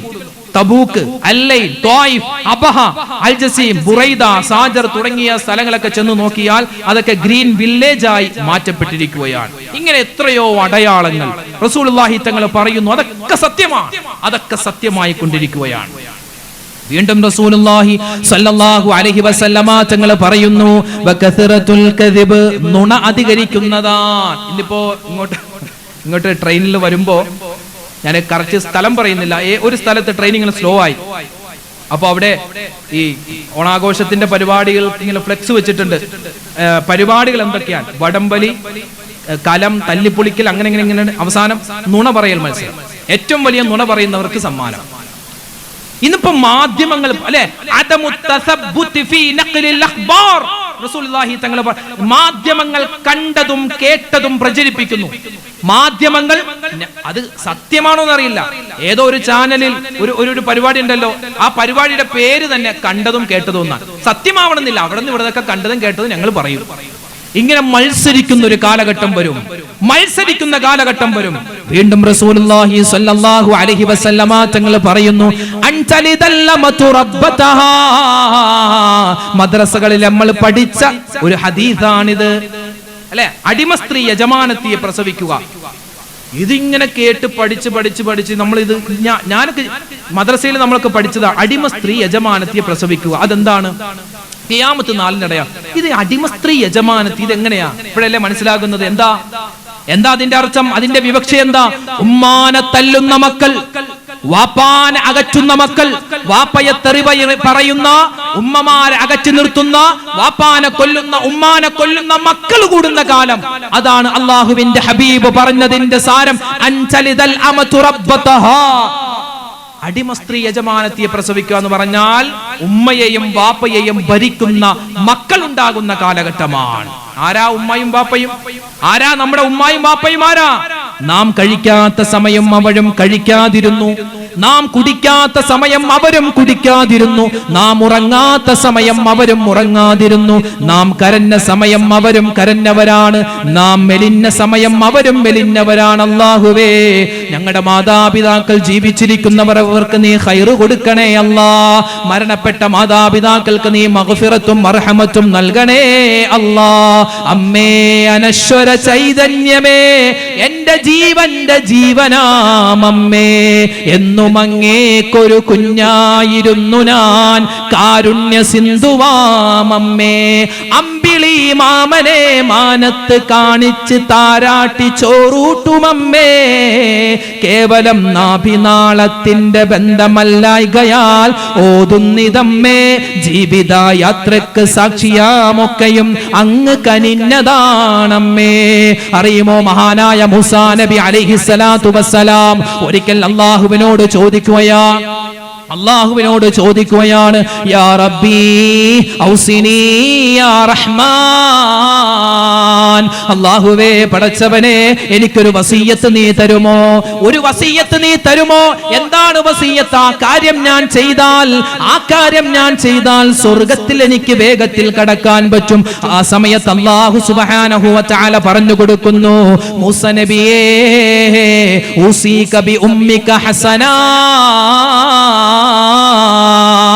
ഒരൊറ്റ വസിയത്താണ് തരാനുള്ളത്, ഒരൊറ്റ ഉപദേശമാ തരാനുള്ളത്. നിങ്ങൾ വീട്ടിലേക്ക് ചെന്നിട്ട് നിങ്ങളുടെ ഉമ്മയുണ്ടല്ലോ, നിങ്ങളുടെ ഉമ്മാക്ക് നിങ്ങൾ ഖിദ്മത്ത് ചെയ്യണേ. വീണ്ടും മഹാനായ മൂസാ നബി അലൈഹിസ്സലാത്തു വസ്സലാം ചോദിക്കുകയാ, അല്ലാഹുവേ എനിക്കൊരു വസിയത്ത് നീ തരണം. ഉമ്മാനെ സംരക്ഷിക്കണം, അല്ലെങ്കിൽ ഉമ്മാനെ നോക്കണം, ഉമ്മാക്ക് ഖിദ്മത്ത് ചെയ്യണം. അതൊരു വാക്കാണ്, അത് ഞാൻ ചെയ്യുന്നുണ്ട്. രണ്ടാമതൊരു ഉപദേശം നീ എനിക്ക് തരണമല്ലാ. ആ സമയത്ത് അല്ലാഹു തആല പറഞ്ഞു കൊടുക്കുന്നത്, ഉസീക ബി ഉമ്മിക ഹസനാ. രണ്ടാമതും അല്ലാഹു പറയുന്നത് ഉമ്മാക്ക് ഖിദ്മത്ത് ചെയ്യാനാ, ഉമ്മിച്ചാക്ക് ഖിദ്മത്ത് ചെയ്യാനാ, ഉമ്മാനോട് നല്ല വാക്ക് പറയാനാ, ഉമ്മാനോട് നല്ല രൂപത്തിൽ പെരുമാറാനാ. മൂന്നാമതും ചോദിക്കുന്നു, നാലാമതും അഞ്ചാമതും ആറാമതും ഏഴാമതും 7 പ്രാവശ്യമാണ് ഒരു പ്രവാചകനാണ് ചോദിക്കുന്നത്, അല്ലാഹുവിനോട്, പടച്ചവനെ, സ്വർഗ്ഗത്തിൽ കടക്കാൻ എനിക്കൊരു എളുപ്പവഴി നീ പറഞ്ഞു തരണേ അല്ലാ. ആ സമയത്ത് അല്ലാഹു പറഞ്ഞു കൊടുക്കുന്നത് ഒരേ ഒരു കാര്യമാ, ഉസീക ബി ഉമ്മിക ഹസനാ, ഉമ്മാക്ക് നിങ്ങൾ നന്മ ചെയ്യണേ മൂസ നബിയേ. എന്നിട്ട് അല്ലാഹു തആല പറയുകയാണ്, ഇന്ന റിളാഹാ റിളായ വസുഖ്തഹാ സുഖ്തി. മഹാനായ മൂസ നബിയേ, ഉമ്മായുടെ തൃപ്തിയുണ്ടെങ്കിൽ, ഉമ്മിച്ചാടെ സന്തോഷമുണ്ടെങ്കിൽ അതെന്റെ സന്തോഷമാണ്. ഉമ്മയുടെ തൃപ്തിയുണ്ടെങ്കിൽ അതെന്റെ തൃപ്തിയാണ് മൂസ നബിയെ എന്ന് അല്ലാഹു പറഞ്ഞു കൊടുക്കുകയാ. അതുകൊണ്ട് ഒരു പ്രവാചകനോടുള്ള ഉപദേശമല്ല ഇത്, എന്നെയും നിങ്ങളെയും ചൂണ്ടിയിട്ടാണ് പറഞ്ഞു തരുന്നത്. അതുകൊണ്ട് നമ്മുടെ വീട്ടിൽ നമ്മുടെ ഉമ്മയുണ്ടല്ലോ, നമ്മുടെ വാപ്പയുണ്ടല്ലോ, അല്ലാഹുവേ, അവർക്ക് ഖിദ്മത്ത് ചെയ്യലാ ഒരു മനുഷ്യന്റെ ദുനിയാവും ആഖിറവും വിജയിക്കാൻ പറ്റുക എന്ന് വേറെ ഒരു സംശയവും വേണ്ട. ഞാനൊരു വീട്ടിലെ മലബാർ ഭാഗത്ത് ഒരു വീട്ടിൽ ചെന്നു, ഇങ്ങനെ ഒരു പ്രസംഗിക്കാൻ വേണ്ടി ചെന്നു. അപ്പോൾ ഭക്ഷണം കഴിക്കാൻ വേണ്ടി ഒരു വീട്ടിലേക്ക് പോയപ്പോൾ ഒരു വലിയൊരു മുറി, ഒരു വലിയ ഹാള് പോലെ, അതൊരു മുറിയാണ്, റൂമാണ്. അതിൽ ബാത്റൂം ഉണ്ട്, AC ഉണ്ട്, എല്ലാ സംവിധാനങ്ങളും ഉണ്ട്. വെള്ളം പ്യൂരിഫൈ ചെയ്തിട്ട് വരുന്നു. പിന്നെ അതുപോലെ തന്നെ എന്താണ്, ആ 3 കട്ടിലുണ്ട്, 3 ബെഡ് ഇട്ടിട്ടുണ്ട്. 3 ബെഡുണ്ട്, വലിയ വിശാലമായ ഹോൾ. നോക്കുമ്പോ 3 കട്ടിലും 3 വയസ്സായ ഉമ്മമാരുണ്ട്. അപ്പൊ ചോദിച്ചു ഇതെന്തായി സംഭവം? അപ്പൊ പറഞ്ഞു, ആ വീട്ടിലെ സഹോദരൻ പറഞ്ഞു, ഉസ്താദേ ഇത് 3 എന്റെ ഉമ്മമാരാണ്, ഇത് 3 എന്റെ ഉമ്മമാരാണ്. ഞാൻ ചോദിച്ചു അതെങ്ങനെ? ആ സമയത്ത് അദ്ദേഹം പറഞ്ഞു, ഉസ്താദേ എന്റെ വാപ്പ ആദ്യം കല്യാണം കഴിച്ചത് ഈ ഉമ്മയെയാണ്. അപ്പൊ ഉമ്മാനെ കല്യാണം കഴിച്ച് ഒരുപാട് നാളായി, മക്കളില്ലാതെ അവർ വിഷമിച്ച സമയത്ത് ഈ ഉമ്മ പറഞ്ഞു വേറൊരു പെണ്ണ് കെട്ടാൻ. അങ്ങനെ കെട്ടിയതാണ് ഈ ഇരിക്കുന്നത്, ഇതാണ് എന്റെ ഉമ്മ, ഇതാണ് എന്റെ ഉമ്മ. അപ്പൊ ഇതെന്റെ ഭാര്യയുടെ ഉമ്മ. എന്റെ ഭാര്യക്ക് വാപ്പായും ഉമ്മായും മാത്രമേ ഉള്ളൂ, വാപ്പ ഉമ്മ അവർക്ക് എന്റെ ഭാര്യ മാത്രമേ ഉള്ളൂ മകളായിട്ട്. വാപ്പ മരണപ്പെട്ടു പോയി, അപ്പൊ ഞാൻ ഉമ്മാനെ കൊണ്ടു. അപ്പൊ 3 ഉമ്മമാര് 3 കട്ടിലില്ല. എന്താ സന്തോഷം! അവരിങ്ങനെ വർത്തമാനമൊക്കെ പറഞ്ഞ് ദിക്റും ചൊല്ലി സ്വലാത്തും ചൊല്ലി ജമാഅത്തായി നിസ്കരിക്കും. ഓരോ വഖത്തിലും ഓരോ ആളുകൾ മാറി മാറി ഇമാമ് നിന്ന്. എന്താ സന്തോഷം! അതുകൊണ്ട് തന്നെ അദ്ദേഹം ഇന്ന്, ഞാൻ പേര് പറയുന്നില്ല, കേരളത്തിൽ അറിയപ്പെട്ട ബിസിനസ് ഒരുപാട് കേരളത്തിൽ മാത്രമല്ല തമിഴ്നാട്ടിലും അതുപോലെ ഗൾഫിലെ പല സ്ഥലങ്ങളിലുമൊക്കെ അദ്ദേഹത്തിന് വലിയ ബിസിനസ് സാമ്രാജ്യങ്ങളുണ്ട്. പറഞ്ഞു വന്നത് ഉമ്മാടെ ഒരു ദുആ, വാപ്പാടെ ഒരു ദുആ. സത്യം പറഞ്ഞാല് ഇന്ന് ജുമാക്ക് പ്രസംഗിച്ചു കൊണ്ടിരുന്നപ്പോ എന്റെ തൊണ്ട ഒന്ന് ഇടറിയായിരുന്നു. ഇന്നലെ കുറെ തണുത്ത വെള്ളം കുടിച്ചു. അപ്പൊ ജുമാക്ക് പ്രസംഗിച്ച സമയത്ത് തൊണ്ട ഒന്ന് ഇടറിയതാണ്. സത്യം പറഞ്ഞാൽ ഞാൻ നാളെ പ്രസംഗിക്കേണ്ട ഷഫീഖ് ബദരി ഉസ്താദിനെ ഫോണിൽ വിളിച്ചു. മൂപ്പരെടുത്തില്ല. എന്തിനാ? നിങ്ങൾ ഇന്ന് പ്രസംഗിക്കോ, ഞാൻ നാളെ പ്രസംഗിക്കുക, എന്റെ തൊണ്ട പാടില്ല എന്ന് പറയാൻ വേണ്ടി ഞാൻ ഇരുന്നതാ. ഇവിടെ കുരുമുളകൊക്കെ ഇരിപ്പുണ്ട്, കുറച്ച് എന്റെ 2-3 മുച്ചാലിമികളെ കുരുമുളകും ചൂടുവെള്ളമൊക്കെ തന്നിട്ടുണ്ട്. സത്യം പറഞ്ഞാൽ തൊണ്ട അടഞ്ഞു, ഒട്ടും സൗണ്ടില്ല. ഖുതുബ ഇന്ന് എന്തോ കണക്കിനാണ് ഓതിയത്. എന്താന്നല്ലേ പെട്ടെന്ന് തൊണ്ടടഞ്ഞ്, ഇന്നലെ തണുത്ത വെള്ളം കുടിച്ചത് കൊണ്ടാവാം. പറഞ്ഞു വന്നത് വല്ലാത്ത വിഷമമായി. കാരണം കടുവാപ്പള്ളി എന്നൊക്കെ പറഞ്ഞാൽ, ഞാനിങ്ങനെ പോകുമ്പോൾ, ഞാൻ മഞ്ഞാനിയിലാണ് പഠിച്ചത്, അപ്പൊ ഇങ്ങനെ പോകുന്ന സമയത്തൊക്കെ കാണാറുണ്ട് കടുവാപ്പള്ളി. ഇതിന്റെ ഉള്ളിലേക്ക് ഇപ്പോഴാണ് അൽഹംദുലില്ലാഹ് കേറിയത്. അവിടെ സിയാറത്ത് ചെയ്യാൻ പോയപ്പോ തങ്ങളുടെ അടുക്കൽ ഉള്ളിൽ അല്ലെ ആ മഹാന്റെ അടുത്ത് ചെന്ന് സിയാറത്ത് ചെയ്യാനും തൗഫീഖ് കിട്ടി.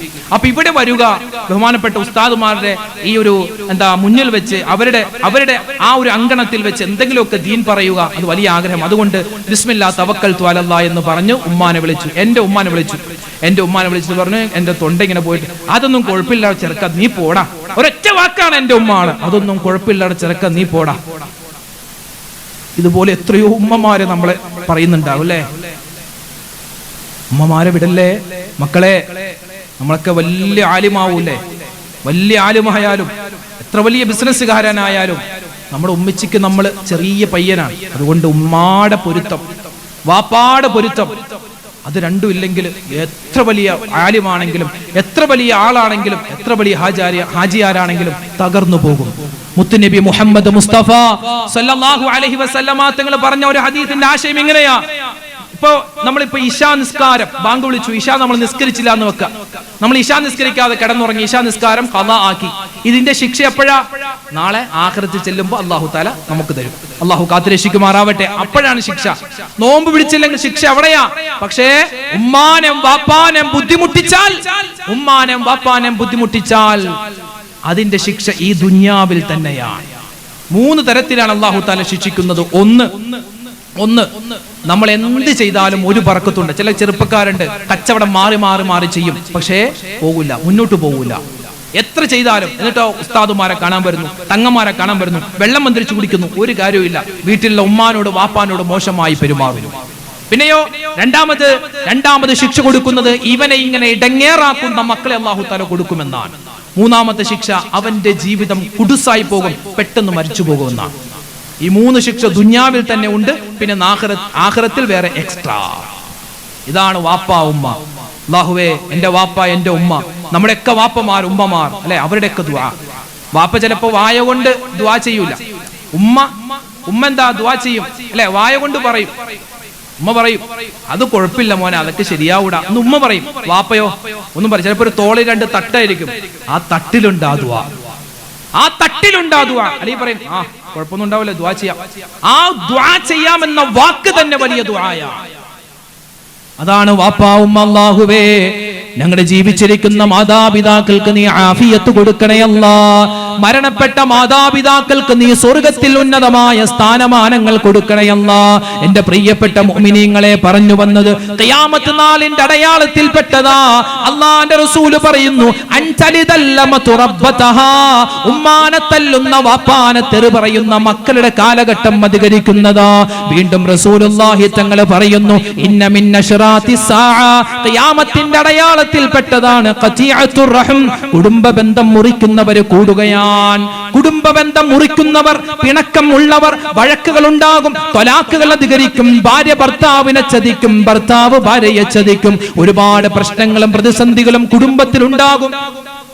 നമ്മുടെ ഹൈക്കോടതിയുടെ അടുത്താണ് നമ്മുടെ പള്ളി. അപ്പോ പള്ളിയിൽ നിസ്കരിക്കാൻ ഒരുപാട് അഡ്വക്കറ്റുമാരൊക്കെ വരാറുണ്ട്. അപ്പോ ഏകദേശം ഒരു വർഷം മുമ്പ് ഒരു വക്കീലുമായിട്ട് സംസാരിച്ച സമയത്ത് അദ്ദേഹം പറഞ്ഞത്, ഉസ്താദ്, നിങ്ങൾ എവിടെ പ്രസംഗിക്കാനൊക്കെ പോയാലും ഒരു 4 കാര്യം വിട്ടുപോകരുതേ. 4 കാര്യങ്ങൾ നമ്മുടെ സമുദായത്തിൽ ഇല്ലാതിരുന്നു. മുസ്ലിം സമുദായത്തിൽ 4 കാര്യങ്ങൾ ഇല്ലാതിരുന്നു. പക്ഷെ ഇന്ന് ആ 4 കാര്യത്തിൽ മുസ്ലിം സമുദായമാണ് ഏറ്റവും മുന്നിലുള്ളത്. ഒന്നാമതായി പറഞ്ഞ ആത്മഹത്യ. ആത്മഹത്യ ഒരു കാലത്ത് നമ്മുടെ സമുദായത്തിൽ ഇല്ല എന്ന് തന്നെ പറയാം. ഇന്നോ മത്സരിക്കുകയാണ്, ഒരു കാരണവും വേണ്ട, ചുമ്മാ അങ്ങോട്ട് മരിച്ചു കളയുകയാണ്. അല്ലെങ്കിൽ നിസ്സാരമായി പറഞ്ഞു തീർക്കാൻ പറ്റുന്ന കാര്യമായിരിക്കും, നമുക്ക് പരിഹരിക്കാൻ പറ്റുന്ന കാര്യമായിരിക്കും. പക്ഷേ അത് മനം നൊന്ത് അവർക്കത് പിടിച്ചു നിൽക്കാൻ പറ്റുന്നില്ല ഇന്നത്തെ കാലം. അതുകൊണ്ട് എനിക്ക് പറയാനുള്ളത്, എത്ര വലിയ പ്രതിസന്ധി വന്നാലും, അല്ലെ, ഇപ്പൊ നമ്മുടെ പെൺമക്കളെ നമ്മൾ വിവാഹം ചെയ്ത് അയക്കുമ്പോൾ ആദ്യം അവരെ ഉപദേശിക്കേണ്ടത്, മക്കളെ, പോകുന്നത് മറ്റൊരു വീട്ടിലേക്കാണ്. അവിടെ ചെല്ലുമ്പോ ചിലപ്പോ എന്റെ മോളെ സ്വന്തം മോളായി കാണാൻ ചിലപ്പോൾ അവർക്ക് പറ്റിക്കൊള്ളുന്നില്ല. എന്ത് പ്രശ്നമുണ്ടെങ്കിലും, അവിടെ എന്ത് പ്രയാസമുണ്ടെങ്കിലും നീ തുറന്നു പറയണം, തുറന്ന് സംസാരിക്കണം. അങ്ങനെ മക്കൾ ഒരു വീട്ടിലൊരു പ്രശ്നമുണ്ട് എന്ന് പറഞ്ഞ് തുറന്ന് സംസാരിക്കുമ്പോൾ മാതാപിതാക്കൾ അതൊക്കെ അങ്ങനെ ശരിയായിക്കോളും, എല്ലാ സ്ഥലത്തുള്ളതാ എന്നൊന്നും പറഞ്ഞേക്കരുതേ. അതിന് വേണ്ട പരിഹാരമാണ് നിങ്ങൾ കാണേണ്ടത്. ഇന്നിപ്പോ ആത്മഹത്യ കൂടുന്നു, ഭർത്താവിന്റെ പീഡനം, അല്ലെ, ഭർത്താവിന്റെ ഉമ്മയുടെ വാക്ക് കേട്ട് വാപ്പയുടെ വാക്ക്, ഇന്ന് എത്രയോ സ്ഥലങ്ങളിലാണ് ആത്മഹത്യ ഇന്ന് കൂടിക്കൊണ്ടിരിക്കുന്നു. രണ്ടാമത്തേത് ത്വലാഖ് കൂടിക്കൊണ്ടിരിക്കുന്നു, അല്ലെ, വിവാഹമോചനങ്ങൾ ഇന്ന് കോടതികളിൽ കെട്ടിക്കിടക്കുന്നു മുസ്ലിം കുടുംബങ്ങളുടെ പ്രശ്നങ്ങൾ. മൂന്നാമതായി പറഞ്ഞത് മദ്യപാനവും ലഹരി ഉപയോഗവുമാണ്. നാലാമതായി പറഞ്ഞത് മാതാപിതാക്കളെ വൃദ്ധസദനത്തിലേക്ക് കൊണ്ടുപോയി തള്ളുന്ന മക്കൾ ഇന്ന് ഈ സമുദായത്തിലാണ് കൂടുതലായി കൊണ്ടിരിക്കുന്നത്. 4 കാര്യം ഇല്ലാതിരുന്നു, ഇന്ന് ഉണ്ട് എന്നല്ല, ഏറ്റവും മുകളിലാണ് മുസ്ലിം സമുദായം. അതുകൊണ്ട് കുടുംബജീവിതം നന്നാക്കണേ. റസൂലുള്ളാഹി തങ്ങൾ പറയുന്നു, ഖതിഅത്തുർ റഹം, കുടുംബബന്ധം മുറിക്കുന്ന, കുടുംബബന്ധം ഇല്ലായ്മ ചെയ്യുന്ന, അതിനെ കളങ്കപ്പെടുത്തുന്ന ഒരുപാട് പ്രശ്നങ്ങളും പ്രതിസന്ധികളും കൂടുന്ന ഒരു കാലം. ആ കാലത്താണ് ഖിയാമത്ത് നാൾ സംഭവിക്കുക. നബിയേ, നിങ്ങൾ പറഞ്ഞത് എത്രയോ സത്യമാണ് നബിയേ. കാരുണ്യത്തിന്റെ കടലേ മുത്ത് നബി മുഹമ്മദ് മുസ്തഫ, സ്നേഹത്തിന്റെ മേൽവിലാസമേ മുത്ത് നബി മുഹമ്മദ് മുസ്തഫ. ഒരു 3 സ്വലാത്ത് മദീനയിലേക്ക് സല്ലല്ലാഹു അലാ മുഹമ്മദ് സല്ലല്ലാഹു അലൈഹി വസല്ലം, സല്ലല്ലാഹു അലാ മുഹമ്മദ് സല്ലല്ലാഹു അലൈഹി വസല്ലം, അല്ലാഹുമ്മ സല്ലി അലാ മുഹമ്മദ് യാ റബ്ബി സല്ലി അലൈഹി വസല്ലം. അല്ലാഹുവേ, അള്ളാന്റെ ഹബീബ് പറയുന്ന ഒരു ഹദീസ് എന്റെ കൂടെ ഞാൻ ചേർത്ത് പറയട്ടെ, അല്ലെ, നബി തങ്ങൾ പറയുകയാണ്, ഷഹീദ് രക്തസാക്ഷിത്വം എന്റെ സമുദായത്തിൽ കൂടുതൽ ഉണ്ടാകുന്നത് അവർ എങ്ങനെയാ, യുദ്ധത്തിൽ തമ്മിൽ പോരടിച്ചിട്ടല്ല, മറിച്ച് ഏറ്റവും കൂടുതൽ എന്റെ ഉമ്മത്തിൽ ശുഹദാക്കൾ ഉണ്ടാകുന്നത് അതെങ്ങനെയാണെന്നറിയോ, അത് സാധാരണ ജീവിതം നയിക്കുന്നവരിലാണ്. നബി തങ്ങൾ പറയുന്ന ഹദീസിന്റെ അർത്ഥം ഇതാണ്, മുങ്ങി മരിക്കുക. ഒരാൾ വെള്ളത്തിൽ വീണ് അബദ്ധത്തിൽ വെള്ളത്തിലേക്ക് വീണു, ആത്മഹത്യ ചെയ്യാനല്ല, അബദ്ധത്തിൽ വെള്ളത്തിലേക്ക് വീണു, എന്നിട്ട് കരകയറാൻ പറ്റാതെ മുങ്ങി മരണപ്പെട്ടാൽ അയാൾ മുഅ്മിനാണെങ്കിൽ അയാൾക്ക് ശുഹദാഇന്റെ കൂലിയാണ്. തീപിടുത്തത്തിൽ മരണപ്പെടുക, ഒരു മുഅ്മിനായ പെണ്ണോ ആണോ, അവർ തീപിടുത്തത്തിൽ മരണപ്പെട്ടാൽ, അതെന്താ, അല്ലെങ്കിൽ ഷോക്കേറ്റ് മരണപ്പെട്ടാൽ അതും ശുഹദാക്കളുടെ പട്ടികയിലാണ്. അല്ലെങ്കിൽ കെട്ടിടങ്ങളുടെ ഇടയിൽപ്പെട്ട് മരണപ്പെട്ടാൽ, അതുപോലെ വാഹനത്തിന്റെ ഇടയിൽപ്പെട്ട് മരണപ്പെടുന്ന ഒരു മുഅ്മിനായ മനുഷ്യനാണെങ്കിൽ അവനിക്കും എന്തുണ്ട്, ശുഹദാഇന്റെ പ്രതിഫലമുണ്ട്. വയറ് സംബന്ധമായ പ്രശ്നങ്ങൾ, പ്രതിസന്ധികൾ വന്ന് വയറ് സംബന്ധമായ പ്രതിസന്ധികൾ അല്ലെ, വയറിന്റെ ഉള്ളിൽ ക്യാൻസർ വരിക, കരളിന് പ്രശ്നം വരിക, അങ്ങനെ ഒരു മുഅ്മിനായ മനുഷ്യൻ മരണപ്പെട്ടാൽ അയാൾക്കും ശുഹദാഇന്റെ പ്രതിഫലമാ. അങ്ങനെ നിരവധി ശുഹദാക്കളെ പറഞ്ഞ കൂട്ടത്തിൽ അല്ലാഹുവിന്റെ റസൂൽ പറയുകയാണ് സല്ലല്ലാഹു അലൈഹി വസല്ലം, ഒരു ശുഹദാഇനെ ഞാൻ പരിചയപ്പെടുത്തി തരാം. അതാരാണെന്നറിയോ? അല്ലാഹുവിന്റെ ഹബീബ് പറയുകയാണ്, അൽ മർഅതു ഫീ ഹംലിഹാ ഇലാ വൽഇഹാ ഇലാ ഫിസാലിഹാ കൽ മുറാബിത് ഫീ സബീലില്ലാ വ ഇൻ മാതത് ഫീമാ ബൈന ദാലിക ഫഇന്ന ലഹാ അജ്റു ഷഹീദ്. എന്റെ സദസ്സിലുള്ള ഉമ്മമാരെ, എന്റെ വാപ്പമാരെ, നമ്മളൊന്ന് ശ്രദ്ധിക്കണേ. എന്താണ് ഒരു പെണ്ണിന് കിട്ടുന്ന പ്രതിഫലമാ? ഒരു പെണ്ണ് എങ്ങനെയുള്ള പെണ്ണാണ്? അവൾ പ്രസവിച്ചു കഴിഞ്ഞാൽ, അവൾ ഗർഭിണിയാകുമ്പോൾ, അവൾ ഗർഭിണിയാകുന്ന സമയത്തും അതുപോലെ തന്നെ പ്രസവിക്കുന്ന സമയത്തും, ആ പ്രസവം കഴിഞ്ഞ് തന്റെ കുട്ടിക്ക് മുലപ്പാല് കൊടുക്കുന്ന പ്രായമുണ്ടല്ലോ, അല്ലാഹുവേ, ആ 2 വർഷക്കാലം ആ പെണ്ണിന് കിട്ടുന്നത് വലിയ പ്രതിഫലമാണ്. അവൾ ജിഹാദ് ചെയ്യുന്നവളെ പോലെയാണെന്ന് അല്ലാഹുവിന്റെ ഹബീബ് പറയുകയാ. എന്നിട്ട് വീണ്ടും റസൂലുള്ളാഹി തങ്ങൾ പറയുന്നു, വ ഇൻ മാതത് ഫീമാ ബൈന ദാലിക ഫഇന്ന ലഹാ അജ്റു ഷഹീദ്. ഒരു പെണ്ണ് അവൾ ഗർഭിണിയായിരിക്കുന്ന സമയത്തോ പ്രസവാനന്തരമോ പ്രസവിക്കുന്ന സമയത്തോ അല്ലെങ്കിൽ പ്രസവം കഴിഞ്ഞിട്ട് 2 വർഷക്കാലം കുട്ടിക്ക് പാല് കൊടുക്കുന്ന സമയമുണ്ടല്ലോ, ആ സമയത്തെങ്ങാനും ഒരു മുഅ്മിനത്തായ പെണ്ണ് മരണപ്പെട്ടു പോയാൽ അവൾക്ക് ശുഹദാഇന്റെ പ്രതിഫലമാണെന്ന് അല്ലാഹുവിന്റെ റസൂൽ പറയുകയാ, അല്ലാഹുവിന്റെ ഹബീബ് പറയുകയാ. എത്രയോ സഹോദരിമാരാ വലിയ പ്രയാസത്തിലാണ്, സങ്കടത്തിലാണ്. ഉസ്താദേ, ഭർത്താവിന് എന്നോട് സ്നേഹമില്ല, ഭർത്താവിന് എന്നോട് ദേഷ്യമാണ്. എന്താണ് കാരണമെന്നറിയോ? ആ ഭർത്താവ് കള്ളു കുടിച്ചിട്ടാണ് വരുന്നത്, ലഹരി ഉപയോഗിച്ചിട്ടാണ് വരുന്നത്. ആ സമയത്ത് എനിക്ക് ഭർത്താവിന് നല്ലതുപോലെ സ്വീകരിക്കാൻ, അദ്ദേഹത്തിന് വെള്ളം കൊടുക്കാൻ, അദ്ദേഹത്തോട് നല്ല വാക്ക് പറയാൻ എനിക്ക് പറ്റാറില്ല ഉസ്താദേ. ഒരു സഹോദരി പറഞ്ഞ ഒരു വലിയ പരിഭവമാണ് ഉസ്താദ്. എനിക്ക് അങ്ങനെ വലിയ രൂപത്തിൽ എന്റെ ഭർത്താവിനെ സ്നേഹിക്കാൻ പറ്റുന്നില്ല. അങ്ങനെ ഇരിക്കെ എന്റെ ഭർത്താവ് എന്നെ ത്വലാഖ് ചൊല്ലാൻ ഒരുങ്ങുകയാ, എന്റെ ഭർത്താവ് എന്നെ ത്വലാഖ് ചൊല്ലാൻ വേണ്ടി ഒരുങ്ങുകയാ. ഞാനാണെങ്കിൽ ഗർഭിണിയായിരുന്നു ഉസ്താദേ. ആ സമയത്ത് എനിക്ക് വിഷമം കയറിയിട്ട് ഞാൻ തെന്നി വീഴുകയും എന്റെ കുട്ടി മരണപ്പെടുകയും ചെയ്തു. ആ സമയത്ത് ആ സഹോദരി ചോദിച്ചു, ഉസ്താദേ, എന്റെ ഭർത്താവ് പോകട്ടെ, എന്റെ കുട്ടിക്ക് ശുഹദാഇന്റെ പ്രതിഫലം കിട്ടുമോ എന്ന് ആ സഹോദരി ചോദിച്ചിരുന്നു. ഞാൻ ഈ സന്ദർഭത്തിൽ ഓർമ്മിച്ചത് കൊണ്ട് പറഞ്ഞതാണ്. ആ സമയത്ത് ഞാൻ പറഞ്ഞു കൊടുത്തത്, ഉമ്മാ, നിങ്ങൾക്ക് വലിയ പ്രതിഫലമുണ്ട്. ഈ സഹോദരിക്ക് ഇങ്ങനെ ഒരു അവസ്ഥ വരാനുള്ള കാരണം ഭർത്താക്കന്മാരെ പലപ്പോഴും നമ്മെ കാത്തിരിക്കുന്ന നമ്മുടെ ഭാര്യയോട് നമുക്ക് സ്നേഹമില്ല, നമ്മുടെ ഉമ്മയോട് നമുക്ക് ഉത്തരവാദിത്തമില്ല, നമ്മുടെ മക്കളോട് ഒരു നല്ല വാക്ക് പറയാൻ പോലും എനിക്കും നിങ്ങൾക്കും നേരമില്ല. ഇന്ന് എത്രയോ കുടുംബങ്ങളാണ് ശിഥിലമായി പോകുന്നത്. അതല്ലേ അല്ലാഹുവിന്റെ ഹബീബ് പറഞ്ഞത്, ഖിയാമത്ത് നാളിന്റെ അടയാളത്തിൽപ്പെട്ടതാ മക്കളോട് സ്നേഹമില്ലാത്ത ഉമ്മയുണ്ടാകും, മക്കളോടും ഭാര്യയോടും സ്നേഹമില്ലാത്ത വാപ്പമാരുണ്ടാകും. എത്രയോ സത്യമാണ് മുത്ത് ഹബീബേ നിങ്ങൾ പറഞ്ഞത്. ഭാര്യയെ ചതിക്കുന്ന, മക്കളെ കൊല്ലുന്ന ഒരു കാലഘട്ടം അധികരിക്കുകയാണ്. എത്രയോ കാഴ്ചകളാണ്, വാർത്തകളാണ് ഞാനും നിങ്ങളും കാണുന്നത് ദിനേനെ. അതുകൊണ്ട് എന്റെ പ്രിയപ്പെട്ട ശബ്ദം കേൾക്കുന്ന ഉമ്മമാരെ, ഉപ്പമാരെ, നമ്മുടെ ഭാര്യയോട് നമുക്ക് ചില കടമകളുണ്ട്, നമ്മുടെ ഭർത്താക്കന്മാരോട് ചില കടമകളുണ്ട്. അല്ലാഹുവിന്റെ റസൂലിന്റെ അടുക്കലേക്ക് മക്കയിലെ മുശ്രിക്കീങ്ങൾ വന്നിട്ട് പറയുകയാണ്, മുഹമ്മദേ സ്വല്ലല്ലാഹു അലൈഹി വസല്ലം, നീ അല്ലാഹുവിന്റെ ദൂതനാണെന്നും നീ കൊണ്ടുവന്നിട്ടുള്ള പരിശുദ്ധമായ ഇസ്ലാം, നീ കൊണ്ടുവന്നിട്ടുള്ള ഇസ്ലാം മതം അത് പരിശുദ്ധമാണെന്നും ഞങ്ങൾ വിശ്വസിക്കാം. പക്ഷേ ഞങ്ങൾക്കൊരു കാര്യം ചെയ്തു തരണം. എന്താണ് ചെയ്തു തരേണ്ടതെന്നറിയോ? ആ കാണുന്ന ആ ചന്ദ്രനുണ്ടല്ലോ, പൂർണ്ണ ചന്ദ്രനുണ്ടല്ലോ, പൂർണ്ണ നിലാവുണ്ടല്ലോ, ആ ചന്ദ്രനെ നീ 2ആയി പിളർത്തി കാണിച്ചാൽ ഞങ്ങൾ അതുകൊണ്ട് വിശ്വസിക്കാമെന്ന് അല്ലാഹുവിന്റെ ഹബീബ് സല്ലല്ലാഹു അലൈഹി വസല്ലമ തങ്ങളുടെ അടുക്കൽ വന്ന് മക്കയിലെ മുശ്രിക്കീങ്ങൾ പറയുകയാ. അല്ലാഹുവിന്റെ ഹബീബ് കൈ ഉയർത്തുകയാ, അല്ലാഹുവേ, ഇങ്ങനെ ഒരു ആവശ്യം എന്റെ മുന്നിൽ വന്നിട്ടുണ്ട്, ഞാൻ എന്താണ് ചെയ്യേണ്ടത്? അല്ലാഹുവിന്റെ റസൂലിന്റെ അടുക്കലേക്ക് വരികയാണ് മലക്ക് ജിബ്രീൽ അലൈഹിസ്സലാം. ജിബ്രീൽ അലൈഹിസ്സലാം വരുകയാ.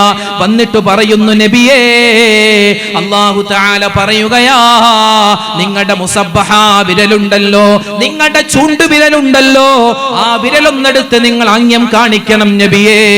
ആ ചന്ദ്രൻ രണ്ടായി പിളരുന്നതാണ് വിശുദ്ധമായ ഖുർആനിൽ സൂറത്തുൽ ഖമർ. ആ ഖമർ സൂറത്തിന്റെ 1, 2 ആയത്തുകൾ തന്നെ പറയുന്നത് ആ സംഭവമാണല്ലോ. ഇഖ്തറബത്തിസ് സാഅതു വൻശഖൽ ഖമർ, അന്ത്യനാൾ അടുത്തിരിക്കുകയാ, ഖിയാമത്ത് ഇതാ സംഭവിക്കാൻ ഒരുങ്ങുകയാ. അതിന്റെ അടയാളമാണ് ചന്ദ്രൻ രണ്ടായി പിളരുന്നത്. വഇയറു ആയതൻ യുരിദു വയഖൂലു സിഹ്റുൻ മുസ്തമിർ. എന്നിട്ടോ അല്ലാഹുവിന്റെ ഹബീബ് ഇങ്ങനെ ചന്ദ്രനെ രണ്ടായി പിളർത്തി കാണിക്കുന്നു. കൂടെയുള്ള ആളുകളെല്ലാം അമ്പരന്ന് നോക്കി നിൽക്കുന്നു. എന്നിട്ടോ അവർ വിശ്വസിച്ചില്ല. അവർ പറയുന്നു, മുഹമ്മദേ സ്വല്ലല്ലാഹു അലൈഹി വസല്ലം, ഇത് വെറും ഒരു കൺകെട്ട് വിദ്യയല്ലേ, ഇത് വെറും ഒരു മാജിക് അല്ലേ, ഇത് വെറും ഒരു സിഹ്റല്ലേ, അതുകൊണ്ട് ഞങ്ങൾ വിശ്വസിക്കില്ല. അവിടെയുള്ള ആരും വിശ്വസിച്ചില്ല. നബി സല്ലല്ലാഹു അലൈഹി വസല്ലമ തങ്ങളെ കൊണ്ട് ആ മക്കയിലെ മുശ്രിക്കീങ്ങൾ വിശ്വസിച്ചില്ല. നബി തങ്ങൾക്ക് വലിയ രൂപത്തിൽ വലിയ ആഗ്രഹിച്ചിരുന്നു, അല്ലാഹുവേ, ഈ ജനങ്ങൾ ഇത് കാണുമ്പോൾ ഇസ്ലാമിലേക്ക് വരും. പക്ഷേ അവർ വിശ്വസിച്ചില്ല. ഇങ്ങനെയാണ് ഇന്നുമുണ്ടല്ലോ ഒരുപാട് ആളുകൾ പരിശുദ്ധമായ ഇസ്ലാമാണ് സത്യമെന്നും വിശുദ്ധ ഖുർആൻ സത്യമാണെന്നും മുത്ത് റസൂൽ സത്യമാണെന്നും ഒക്കെ അറിയാം. എന്നിട്ടോ അവര് ദുനിയാവിന്റെ ലാഭത്തിന് വേണ്ടി, ദുനിയാവിന്റെ കൊതിക്ക് വേണ്ടി ഒരുപാട് ഇസ്ലാമിനെ വിമർശിക്കുന്ന ആളുകളുണ്ട്. അവരോട് പറഞ്ഞിട്ട് കാര്യമില്ല, നമ്മുടെ വിഷയം അതല്ല, അങ്ങോട്ട് കിടക്കുന്നില്ല. അപ്പോ അവിടെയുള്ള ആളുകൾ വിശ്വസിച്ചില്ല. പക്ഷെ ഒരാള് കണ്ട് വിശ്വസിച്ചു. ആ ചന്ദ്രൻ പിളർന്ന സംഭവം കണ്ടിട്ട് ഒരാൾ വിശ്വസിച്ചു. ആരാ വിശ്വസിച്ചത്? നമ്മുടെ കേരളത്തിലുള്ള മലയാളിയായ ഒരാളാ വിശ്വസിച്ചത്. ആരാണത്? ചേരമാൻ പെരുമാൾ എന്ന പള്ളിബാണ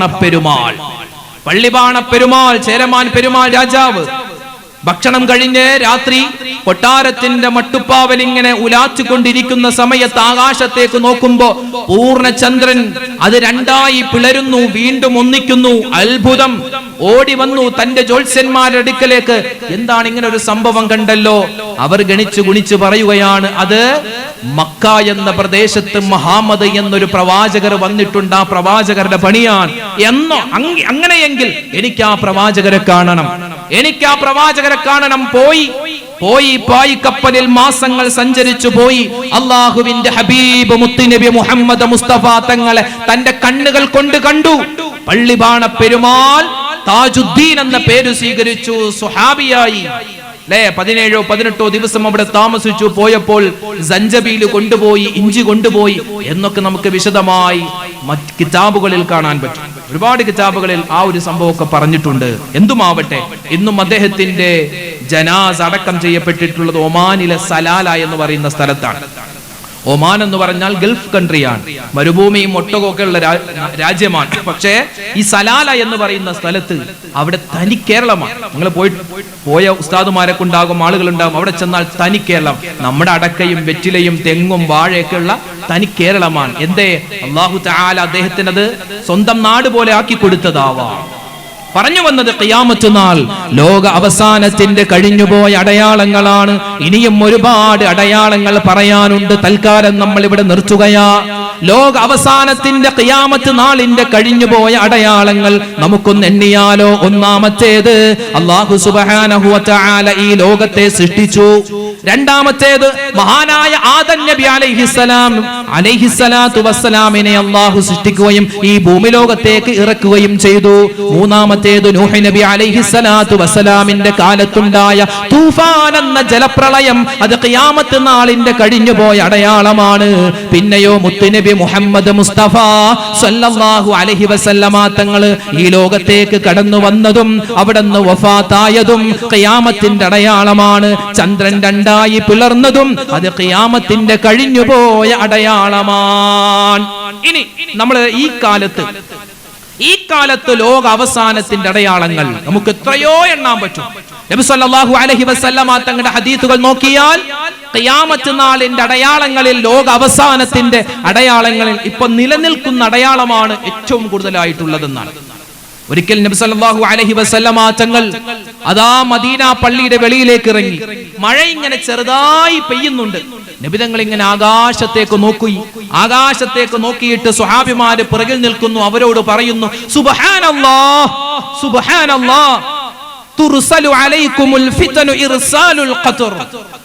ഈ മഴ ഇങ്ങനെ പെയ്യുന്നത് പോലെ, മഴത്തുള്ളികൾ ആകാശത്ത് നിന്നും ഭൂമിയിലേക്ക് ഇറങ്ങുന്നത് പോലെ അതാ വരുന്നുണ്ട്, ഫിത്നകൾ വരുന്നുണ്ട്, പ്രശ്നങ്ങൾ വരുന്നുണ്ട്, പ്രയാസങ്ങൾ എന്റെ ഉമ്മത്തിന്റെ മേൽ വരുന്നുണ്ട്.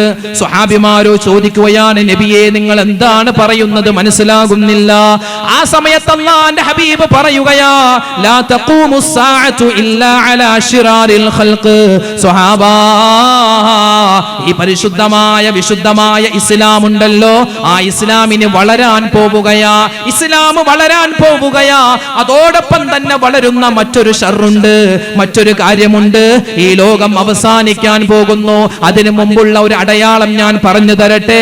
ഇല്ലാ അലാ ശിറാരിൽ ഖൽഖ്. മോശത്തരങ്ങൾ വളരാൻ പോവുകയാ, മോശത്തരങ്ങൾ വളരാൻ പോവുകയാണ്. വൃത്തികേടുകൾ കൂടുകയാണ്, അധാർമികത അധികരിക്കുകയാണ്. കൊലപാതകവും കലാപവും കവർച്ചയും കൊള്ളയടിയും പലിശയും ചൂതാട്ടവും മദ്യപാനവും ആത്മഹത്യയും പറ്റിക്കലും ചതിക്കലും വഞ്ചനയും പീഡനങ്ങളും അശ്ലീലങ്ങളും മയക്കുമരുന്നും എല്ലാം അധികരിക്കുന്ന ഒരു കാലഘട്ടം വരാൻ പോവുകയാണ് സ്വഹാബത്തെ.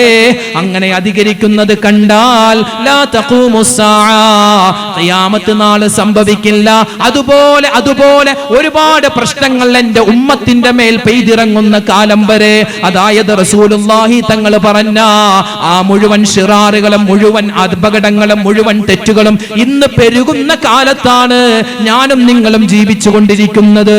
അല്ലാഹുവേ, സുന്ദരമായ കടുവാപ്പള്ളിയുടെ ആങ്കണത്തിനുള്ള ഈ മജ്ലിസിൽ നമ്മൾ ഇരിക്കുന്ന ഈ സമയത്ത് ലോകത്തിന്റെ വിവിധ സ്ഥലങ്ങളിൽ എത്രയോ മോശത്തരങ്ങളാണ് നടക്കുന്നത്, ഹറാമുകളാണ് നടക്കുന്നത്, വേണ്ടാത്തരങ്ങളാണ് നടക്കുന്നത്, എത്രയോ പോക്കൃത്തരങ്ങളാണ് നടക്കുന്നത്, എത്രയോ മോശത്തരങ്ങളാണ് നടക്കുന്നത്. ഇതാണ് അല്ലാഹുവിന്റെ ഹബീബ് പറഞ്ഞത്. അതാ ഖിയാമത്ത് നാള് സംഭവിക്കാൻ ഇനി അധികം താമസമില്ല. കാരണം എന്റെ ഉമ്മത്ത് എല്ലാ തരത്തിലുള്ള മോശത്തരങ്ങളിലേക്കും പോകുന്നതാണ്. പത്രമാധ്യമങ്ങൾ എടുത്തു നോക്കിയാൽ നല്ല വാർത്തയേക്കാൾ കൂടുതൽ കെട്ട വാർത്തകൾ മാത്രമാണ് നമുക്ക് വായിക്കാൻ പറ്റുക, അല്ലേ? പത്രമെടുത്താൽ വണ്ടക്ക അക്ഷരത്തിൽ ഫ്രണ്ട് പേജിൽ തന്നെ ഉണ്ടാകും എന്തെങ്കിലും ഒരു നെഗറ്റീവ്. നമ്മളൊന്ന് ഒരു ദിവസം ഒരു പത്രം എടുത്താൽ അല്ലെങ്കിൽ ഒരു 5 മിനിറ്റ് നമ്മൾ ഏതെങ്കിലും ഒരു വാർത്താ ചാനൽ കേട്ടാൽ, ആ കേൾക്കുന്നതിന്റെ 95% നെഗറ്റീവ് വാർത്തകളായിരിക്കും. അവിടെ കൊന്നു, ഇവിടെ കൊന്നു, ഇവിടെ തട്ടി, അവിടെ തട്ടി, അതിങ്ങനെ ചെയ്തു, ഇങ്ങനെ ചെയ്തു. ഈ നെഗറ്റീവേ ഉള്ളൂ. ഇപ്പൊ 95 ഉള്ളൂ, ഇനി 100 ആകും. ആർക്കും നല്ലത് പറയാനുണ്ടാവില്ല, മോശത്തരങ്ങൾ മാത്രം പറയുന്ന ഒരു കാലഘട്ടം വരും. അന്നാണ് ഖിയാമത്ത് നാൾ സംഭവിക്കുക എന്ന് ആദരവായ റസൂലുള്ളാഹി സ്വല്ലല്ലാഹു അലൈഹി വസല്ലമ തങ്ങൾ പറയുകയാണ്. പിന്നെയോ വീണ്ടും റസൂലുള്ളാഹി തങ്ങൾ പറയുന്നു, ലാ തഖൂമുസ് സാഅ, ഖിയാമത്ത് നാൾ സംഭവിക്കുകയില്ല ഹത്താ യഖ്തുറുൽ ഹർജ് അധികരിക്കുന്നത് വരെ. ഖാലൂ, സ്വഹാബിമാര് ചോദിക്കുന്നു, വമൽ ഹർജു യാ റസൂലല്ലാഹ്, എന്താണ് നബിയെ ഈ ഹർജ് എന്ന് പറഞ്ഞാൽ ഞങ്ങൾക്ക് മനസ്സിലായില്ല. വമൽ ഹർജു യാ റസൂലല്ലാഹ് ഖാല അൽ ഖത്ലു അൽ കൊലപാതകമാണ്, കൊല്ലലാണ്, കൊലപാതകം അധികരിക്കും. ദിനേനയുള്ള പത്രമാധ്യമങ്ങൾ നമ്മളെടുത്ത് വായിച്ചു നോക്കിയാൽ, പെറ്റുപോച്ചു വളർത്തിയ മാതാപിതാക്കൾ വയസ്സാകുമ്പോ ഉമ്മയും വാപ്പയും ഭാരമായതുകൊണ്ട്, ഭാര്യയുടെ വാക്ക് കേട്ടതുകൊണ്ട് കൊല്ലുന്ന മക്കളുടെ കാലമാണ്. നിസാര കാര്യങ്ങൾ പറഞ്ഞ് പരസ്പരം വെട്ടിക്കൊല്ലുന്ന കാലമാണ്. കാമുകനോടൊപ്പം ജീവിക്കാൻ മക്കളെ പാറക്കെട്ടുകൾക്കിടയിൽ എറിഞ്ഞുകൊല്ലുന്ന മാതാക്കളുടെ കാലമാണ്. സ്വത്തിനു വേണ്ടി സ്വന്തം മകനെയും മരുമകളെയും പേരക്കുട്ടികളെയും പെട്രോൾ ഒഴിച്ച് കത്തിച്ചു കൊല്ലുന്ന വല്ലുപ്പമാരുടെ കാലഘട്ടമാണ്.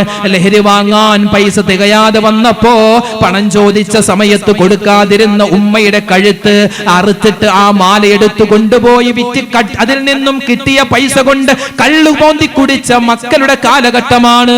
ഇനി എന്തെല്ലാമാണ് വരാനിരിക്കുന്നത്. അല്ലാഹുവേ, അല്ലാഹുവേ, അല്ലാഹുവേ, ഞങ്ങളെ എല്ലാ തരത്തിലുള്ള മോശത്തരങ്ങളെ തൊട്ടും കാക്കണേ അല്ലാ. എന്റെ ശബ്ദം കേൾക്കുന്ന ഉമ്മമാരെ, എന്റെ ശബ്ദം കേൾക്കുന്ന വാപ്പമാരെ, ഞാനും നിങ്ങളും ഒന്ന് വലിയ രൂപത്തിൽ ചിന്തിക്കേണ്ട ഒരു കാലഘട്ടമാണ്.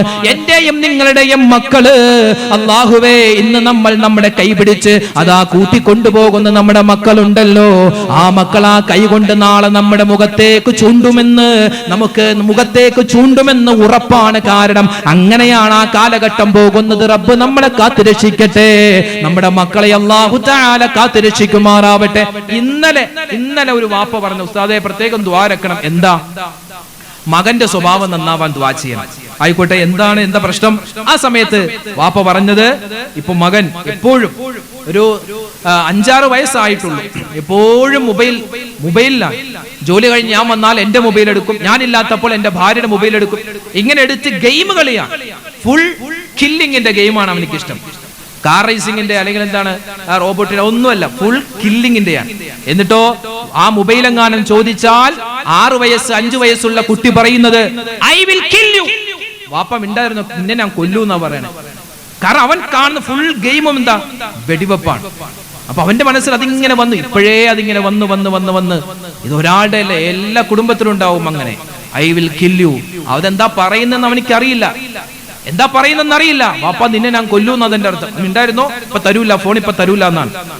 ഇങ്ങനെ ആ മക്കളുടെ കാലം. അല്ലാഹുവേ റബ്ബേ ഞങ്ങളുടെ മക്കളെ എല്ലാവരെയും നീ കാത്തുരക്ഷിക്കണേ റഹ്മാനെ. ഈ മക്കളെ ഉൾപ്പെടെ ഞങ്ങളുടെ എല്ലാ മക്കളെയും നീ സ്വാലിഹീങ്ങൾ ആക്കണേ അല്ലാ. അല്ലാഹുവിന്റെ ഹബീബ് നിർത്തുന്നില്ല, വീണ്ടും പറയുകയാ, ഇന്ന മിൻ അശ്റാത്തിസ് സാഅ, ഖിയാമത്ത് നാളിന്റെ അടയാളത്തിൽപ്പെട്ടതാണ് വയക്തുറു സിനാ വയക്തുറു ശുറുബുൽ ഖംർ തദുഹുറൽ ഫഹ്ശു വത്തഫാഹുഷ്. തെറ്റ് അധികരിക്കുമെന്നല്ല നബി പറഞ്ഞത്. തെറ്റ് അധികരിക്കും, അതൊക്കെ. പക്ഷെ തെറ്റ് അധികരിക്കുമ്പോൾ അത് പരസ്യമായി അധികരിക്കുമെന്നാണ്. പരസ്യമായി അധികരിക്കും. കൊലപാതകം നടു റോട്ടിൽ വെച്ച് കൊല്ലുകയാണ്. നടു റോട്ടിലാണ് കൊലപാതകം. അശ്ലീലം, അതുപോലെ മോശത്തരം പറയുക, ചെയ്യുക, കള്ളു കുടിക്കുക, കവർച്ച ചെയ്യുക, മോഷണം നടത്തുക, എല്ലാം പരസ്യമായിട്ടാണ്. അങ്ങനെ ഒരു കാലഘട്ടം വരുമെന്ന് നബിതങ്ങൾ പറഞ്ഞു. ആ കാലത്താണ് ഞാനും നിങ്ങളും ഉള്ളത്. കേരളം സാക്ഷരതയിൽ ഒന്നാമതാണ്, അല്ലെ? കേരളം ആരോഗ്യക്ഷമതയിൽ ഒന്നാമതാണ്. കേരളം IT സാങ്കേതിക വിദ്യയിൽ ഒന്നാമതാണ്. കേരളം ലഹരിയുടെ ഉപയോഗത്തിലും ഒന്നാമതാണ്. ലഹരി ഏറ്റവും കൂടുതൽ ഇന്ത്യ രാജ്യത്ത് സംസ്ഥാന അടിസ്ഥാനത്ത് നോക്കിയാൽ ഏറ്റവും കൂടുതൽ മദ്യം ഉൽപ്പാദിപ്പിക്കപ്പെടുന്നതും അതുപോലെ തന്നെ മദ്യം വിറ്റഴിക്കപ്പെടുന്നതും കേരളമായി കൊണ്ടിരിക്കുന്നു. ഈ മറ്റ് സംസ്ഥാനങ്ങളെ വെട്ടിക്കുകയാണ്. ഒരു വർഷം കേരളം കുടിക്കുന്നത് 28 കോടി ലിറ്റർ മദ്യം. അപ്പൊ ഓണത്തിന്റെ സീസൺ ആണല്ലോ, ഇനി പുതിയ കണക്കുകൾ നമുക്കറിയാൻ പറ്റും, അല്ലെ? എത്രയോ മദ്യം, എത്രയോ. കേരളത്തിൽ ഒരു മാസം 50,000 കിലോ പാൻ മസാലകളാണ് വിറ്റഴിക്കപ്പെടുന്നത്. കേരളത്തിൽ ഒരു വർഷം കോടിക്കണക്കിന് രൂപയാണ് കഞ്ചാവിന്റെ കേസിൽ പിടിക്കപ്പെടുന്നത്. കേരളത്തിലെ 45% കുട്ടികളും ലഹരി ഉപയോഗിക്കുന്നുണ്ട്. കേരളത്തിലെ ലഹരി മൂലം ഒരു വർഷം 1 ലക്ഷം പേരാണ് ക്യാൻസർ രോഗികളാകുന്നത്. 8 ലക്ഷം പേരാണ് കരൾ രോഗികളായി മാറുന്നത്. 10 ലക്ഷം പേരാണ് ഒരു വർഷം കേരളത്തിൽ മാത്രം രോഗങ്ങൾക്ക് അടിമപ്പെടുന്നത് ലഹരിയുടെ മദ്യത്തിന്റെ ഉപയോഗം മൂലം. റസൂലുള്ളാഹി സ്വല്ലല്ലാഹു അലൈഹി വസല്ലം എത്ര സത്യമാ പറഞ്ഞതല്ലേ, എത്ര സത്യമാണ്. റോഡ് അപകടങ്ങൾ, കൊലപാതകം, പീഡനം, മറ്റ് നാശനഷ്ടങ്ങൾ എല്ലാം ഉണ്ടാക്കുന്നത് ഈ മദ്യപാനവും ഇതുപോലുള്ള മോശത്തരങ്ങളുമാണ്. അതാണ് അല്ലാഹുവിന്റെ ഹബീബ് പറയുന്നത്, ഹുദാകേ റൂബറോജ് സെ ദിൻ ഖിയാമത്ത് കാ വഫാ ഹോഗാ, ഉസീ ദിൻ ബാപ്പ് ബേटे കാ ന ബേട്ടാ ബാപ്പ് കാ ഹോഗാ. അല്ലാഹുവിന്റെ റസൂൽ സ്വല്ലല്ലാഹു അലൈഹി വസല്ലമ തങ്ങൾ സ്വഹാബിമാരോട് പറയുകയാണ്, സ്വഹാബത്തേ നിങ്ങൾക്കറിയുമോ, അതായത് മഹ്ശറിലേക്ക് ജനങ്ങൾ വരുന്നത് 12 വിഭാഗമായിട്ടാണ്. നമ്മളെല്ലാവരും മരണപ്പെട്ട് ഖിയാമത്ത് നാൾ സംഭവിച്ച് പിന്നീട് പുനർജീവിച്ചിട്ട് മഹ്ശറിലേക്ക് ഞാനും നിങ്ങളും പോകുന്ന സമയത്ത് ജനങ്ങളെല്ലാവരും പോകുന്നത് 12 വിഭാഗമായിട്ടാ. ആ 12 വിഭാഗത്തിൽ ഒരു വിഭാഗം ജനങ്ങൾ എങ്ങനെയാണ് പോകുന്നതെന്നറിയോ? അവര് കണ്ണ് കാണാത്തവരായിട്ടാണ്. കണ്ണുണ്ട് പക്ഷേ കാഴ്ചയില്ല. പല്ലുകൾ ഇങ്ങനെ താഴേക്ക് നീണ്ടിട്ടാൻ, രക്തവും ചലവും ഇങ്ങനെ ഛർദിച്ചിട്ടാണ് അവരങ്ങനെ പോകുന്നത്. ആ സമയത്ത് സ്വഹാബിമാര് ചോദിക്കുന്നു, യാ റസൂലല്ലാഹ് മൻഹും യാ ഹബീബല്ലാഹ്, നബിയേ കേൾക്കുമ്പോ തന്നെ പേടി ഇടയാകുന്നു. അതേത് വിഭാഗമാണ് നബിയെ? എന്ത് തെറ്റാണ് അവർ ചെയ്തിട്ടുള്ളത്? ആ സമയത്ത് അല്ലാഹുവിന്റെ ഹബീബ് പറയുകയാണ്, ശാരിബുൽ ഖംറാൻ, കള്ളുകുടിയന്മാരാ, കള്ളുകുടിയത്തിമാരാ. പണ്ട് ആണുങ്ങളുടെ പരിപാടിയാണ് കള്ളുകുടിയെങ്കിൽ ഇന്ന് പെണ്ണുങ്ങളും മത്സരിക്കുകയാ, പെണ്ണുങ്ങളും മത്സരിക്കുകയാ, കുടുംബം മത്സരിക്കുകയാ. അല്ലാഹുവേ കാക്കണേ അല്ലാ, കാക്കണേ അല്ലാ. ആണുങ്ങളും പെണ്ണുങ്ങളും മദ്യപാനം ഉപയോഗിച്ചാൽ, മദ്യപാനം നടത്തിയാൽ, അതുപോലെ ലഹരി ഉപയോഗം നടത്തിയാൽ, കഞ്ചാവ് വലിച്ചാൽ, കഞ്ചാവ് ഉപയോഗിച്ചാൽ അവരൊക്കെ നാളെ മഹ്ശറിൽ എങ്ങനെയാ വരുന്നത്? അല്ലാഹുവിന്റെ ഹബീബ് പറയുന്നു, കണ്ണ് കാണാത്തവരാ തപ്പിത്തടഞ്ഞ മഹ്ശറിലേക്ക് പോകുന്നത്. അതുപോലെ പല്ലുകളെല്ലാം താഴേക്ക് നീണ്ടിട്ടാ, ചുണ്ടുകളൊക്കെ നെഞ്ചിലേക്ക് ഇങ്ങനെ ഇറങ്ങിക്കിടന്നിട്ടാ, രക്തവും ചലവും ഛർദിച്ചുകൊണ്ടാണ് അവരെങ്ങനെ പോകുന്നത്. മറ്റുള്ള ആളുകൾ ഇവരെ കാണുമ്പോ ഇവരെ ശപിച്ചുകൊണ്ടായിരിക്കും അവരങ്ങനെ കടന്നു പോകുന്നതെന്ന് മുത്തുനബി മുഹമ്മദ് മുസ്തഫ സല്ലല്ലാഹു അലൈഹി വസല്ലമ തങ്ങൾ പറഞ്ഞു തരുകയാ. ലോക അവസാനത്തിന്റെ ഖിയാമത്ത് നാളിന്റെ നടന്നുകൊണ്ടിരിക്കുന്ന അടയാളങ്ങളാണ് നാം പറഞ്ഞു വരുന്നത്. അല്ലാഹുവിന്റെ ഹബീബ് വീണ്ടും പറയുന്നു, കസറത്തു മൗത്തിൽ ഫുജാ,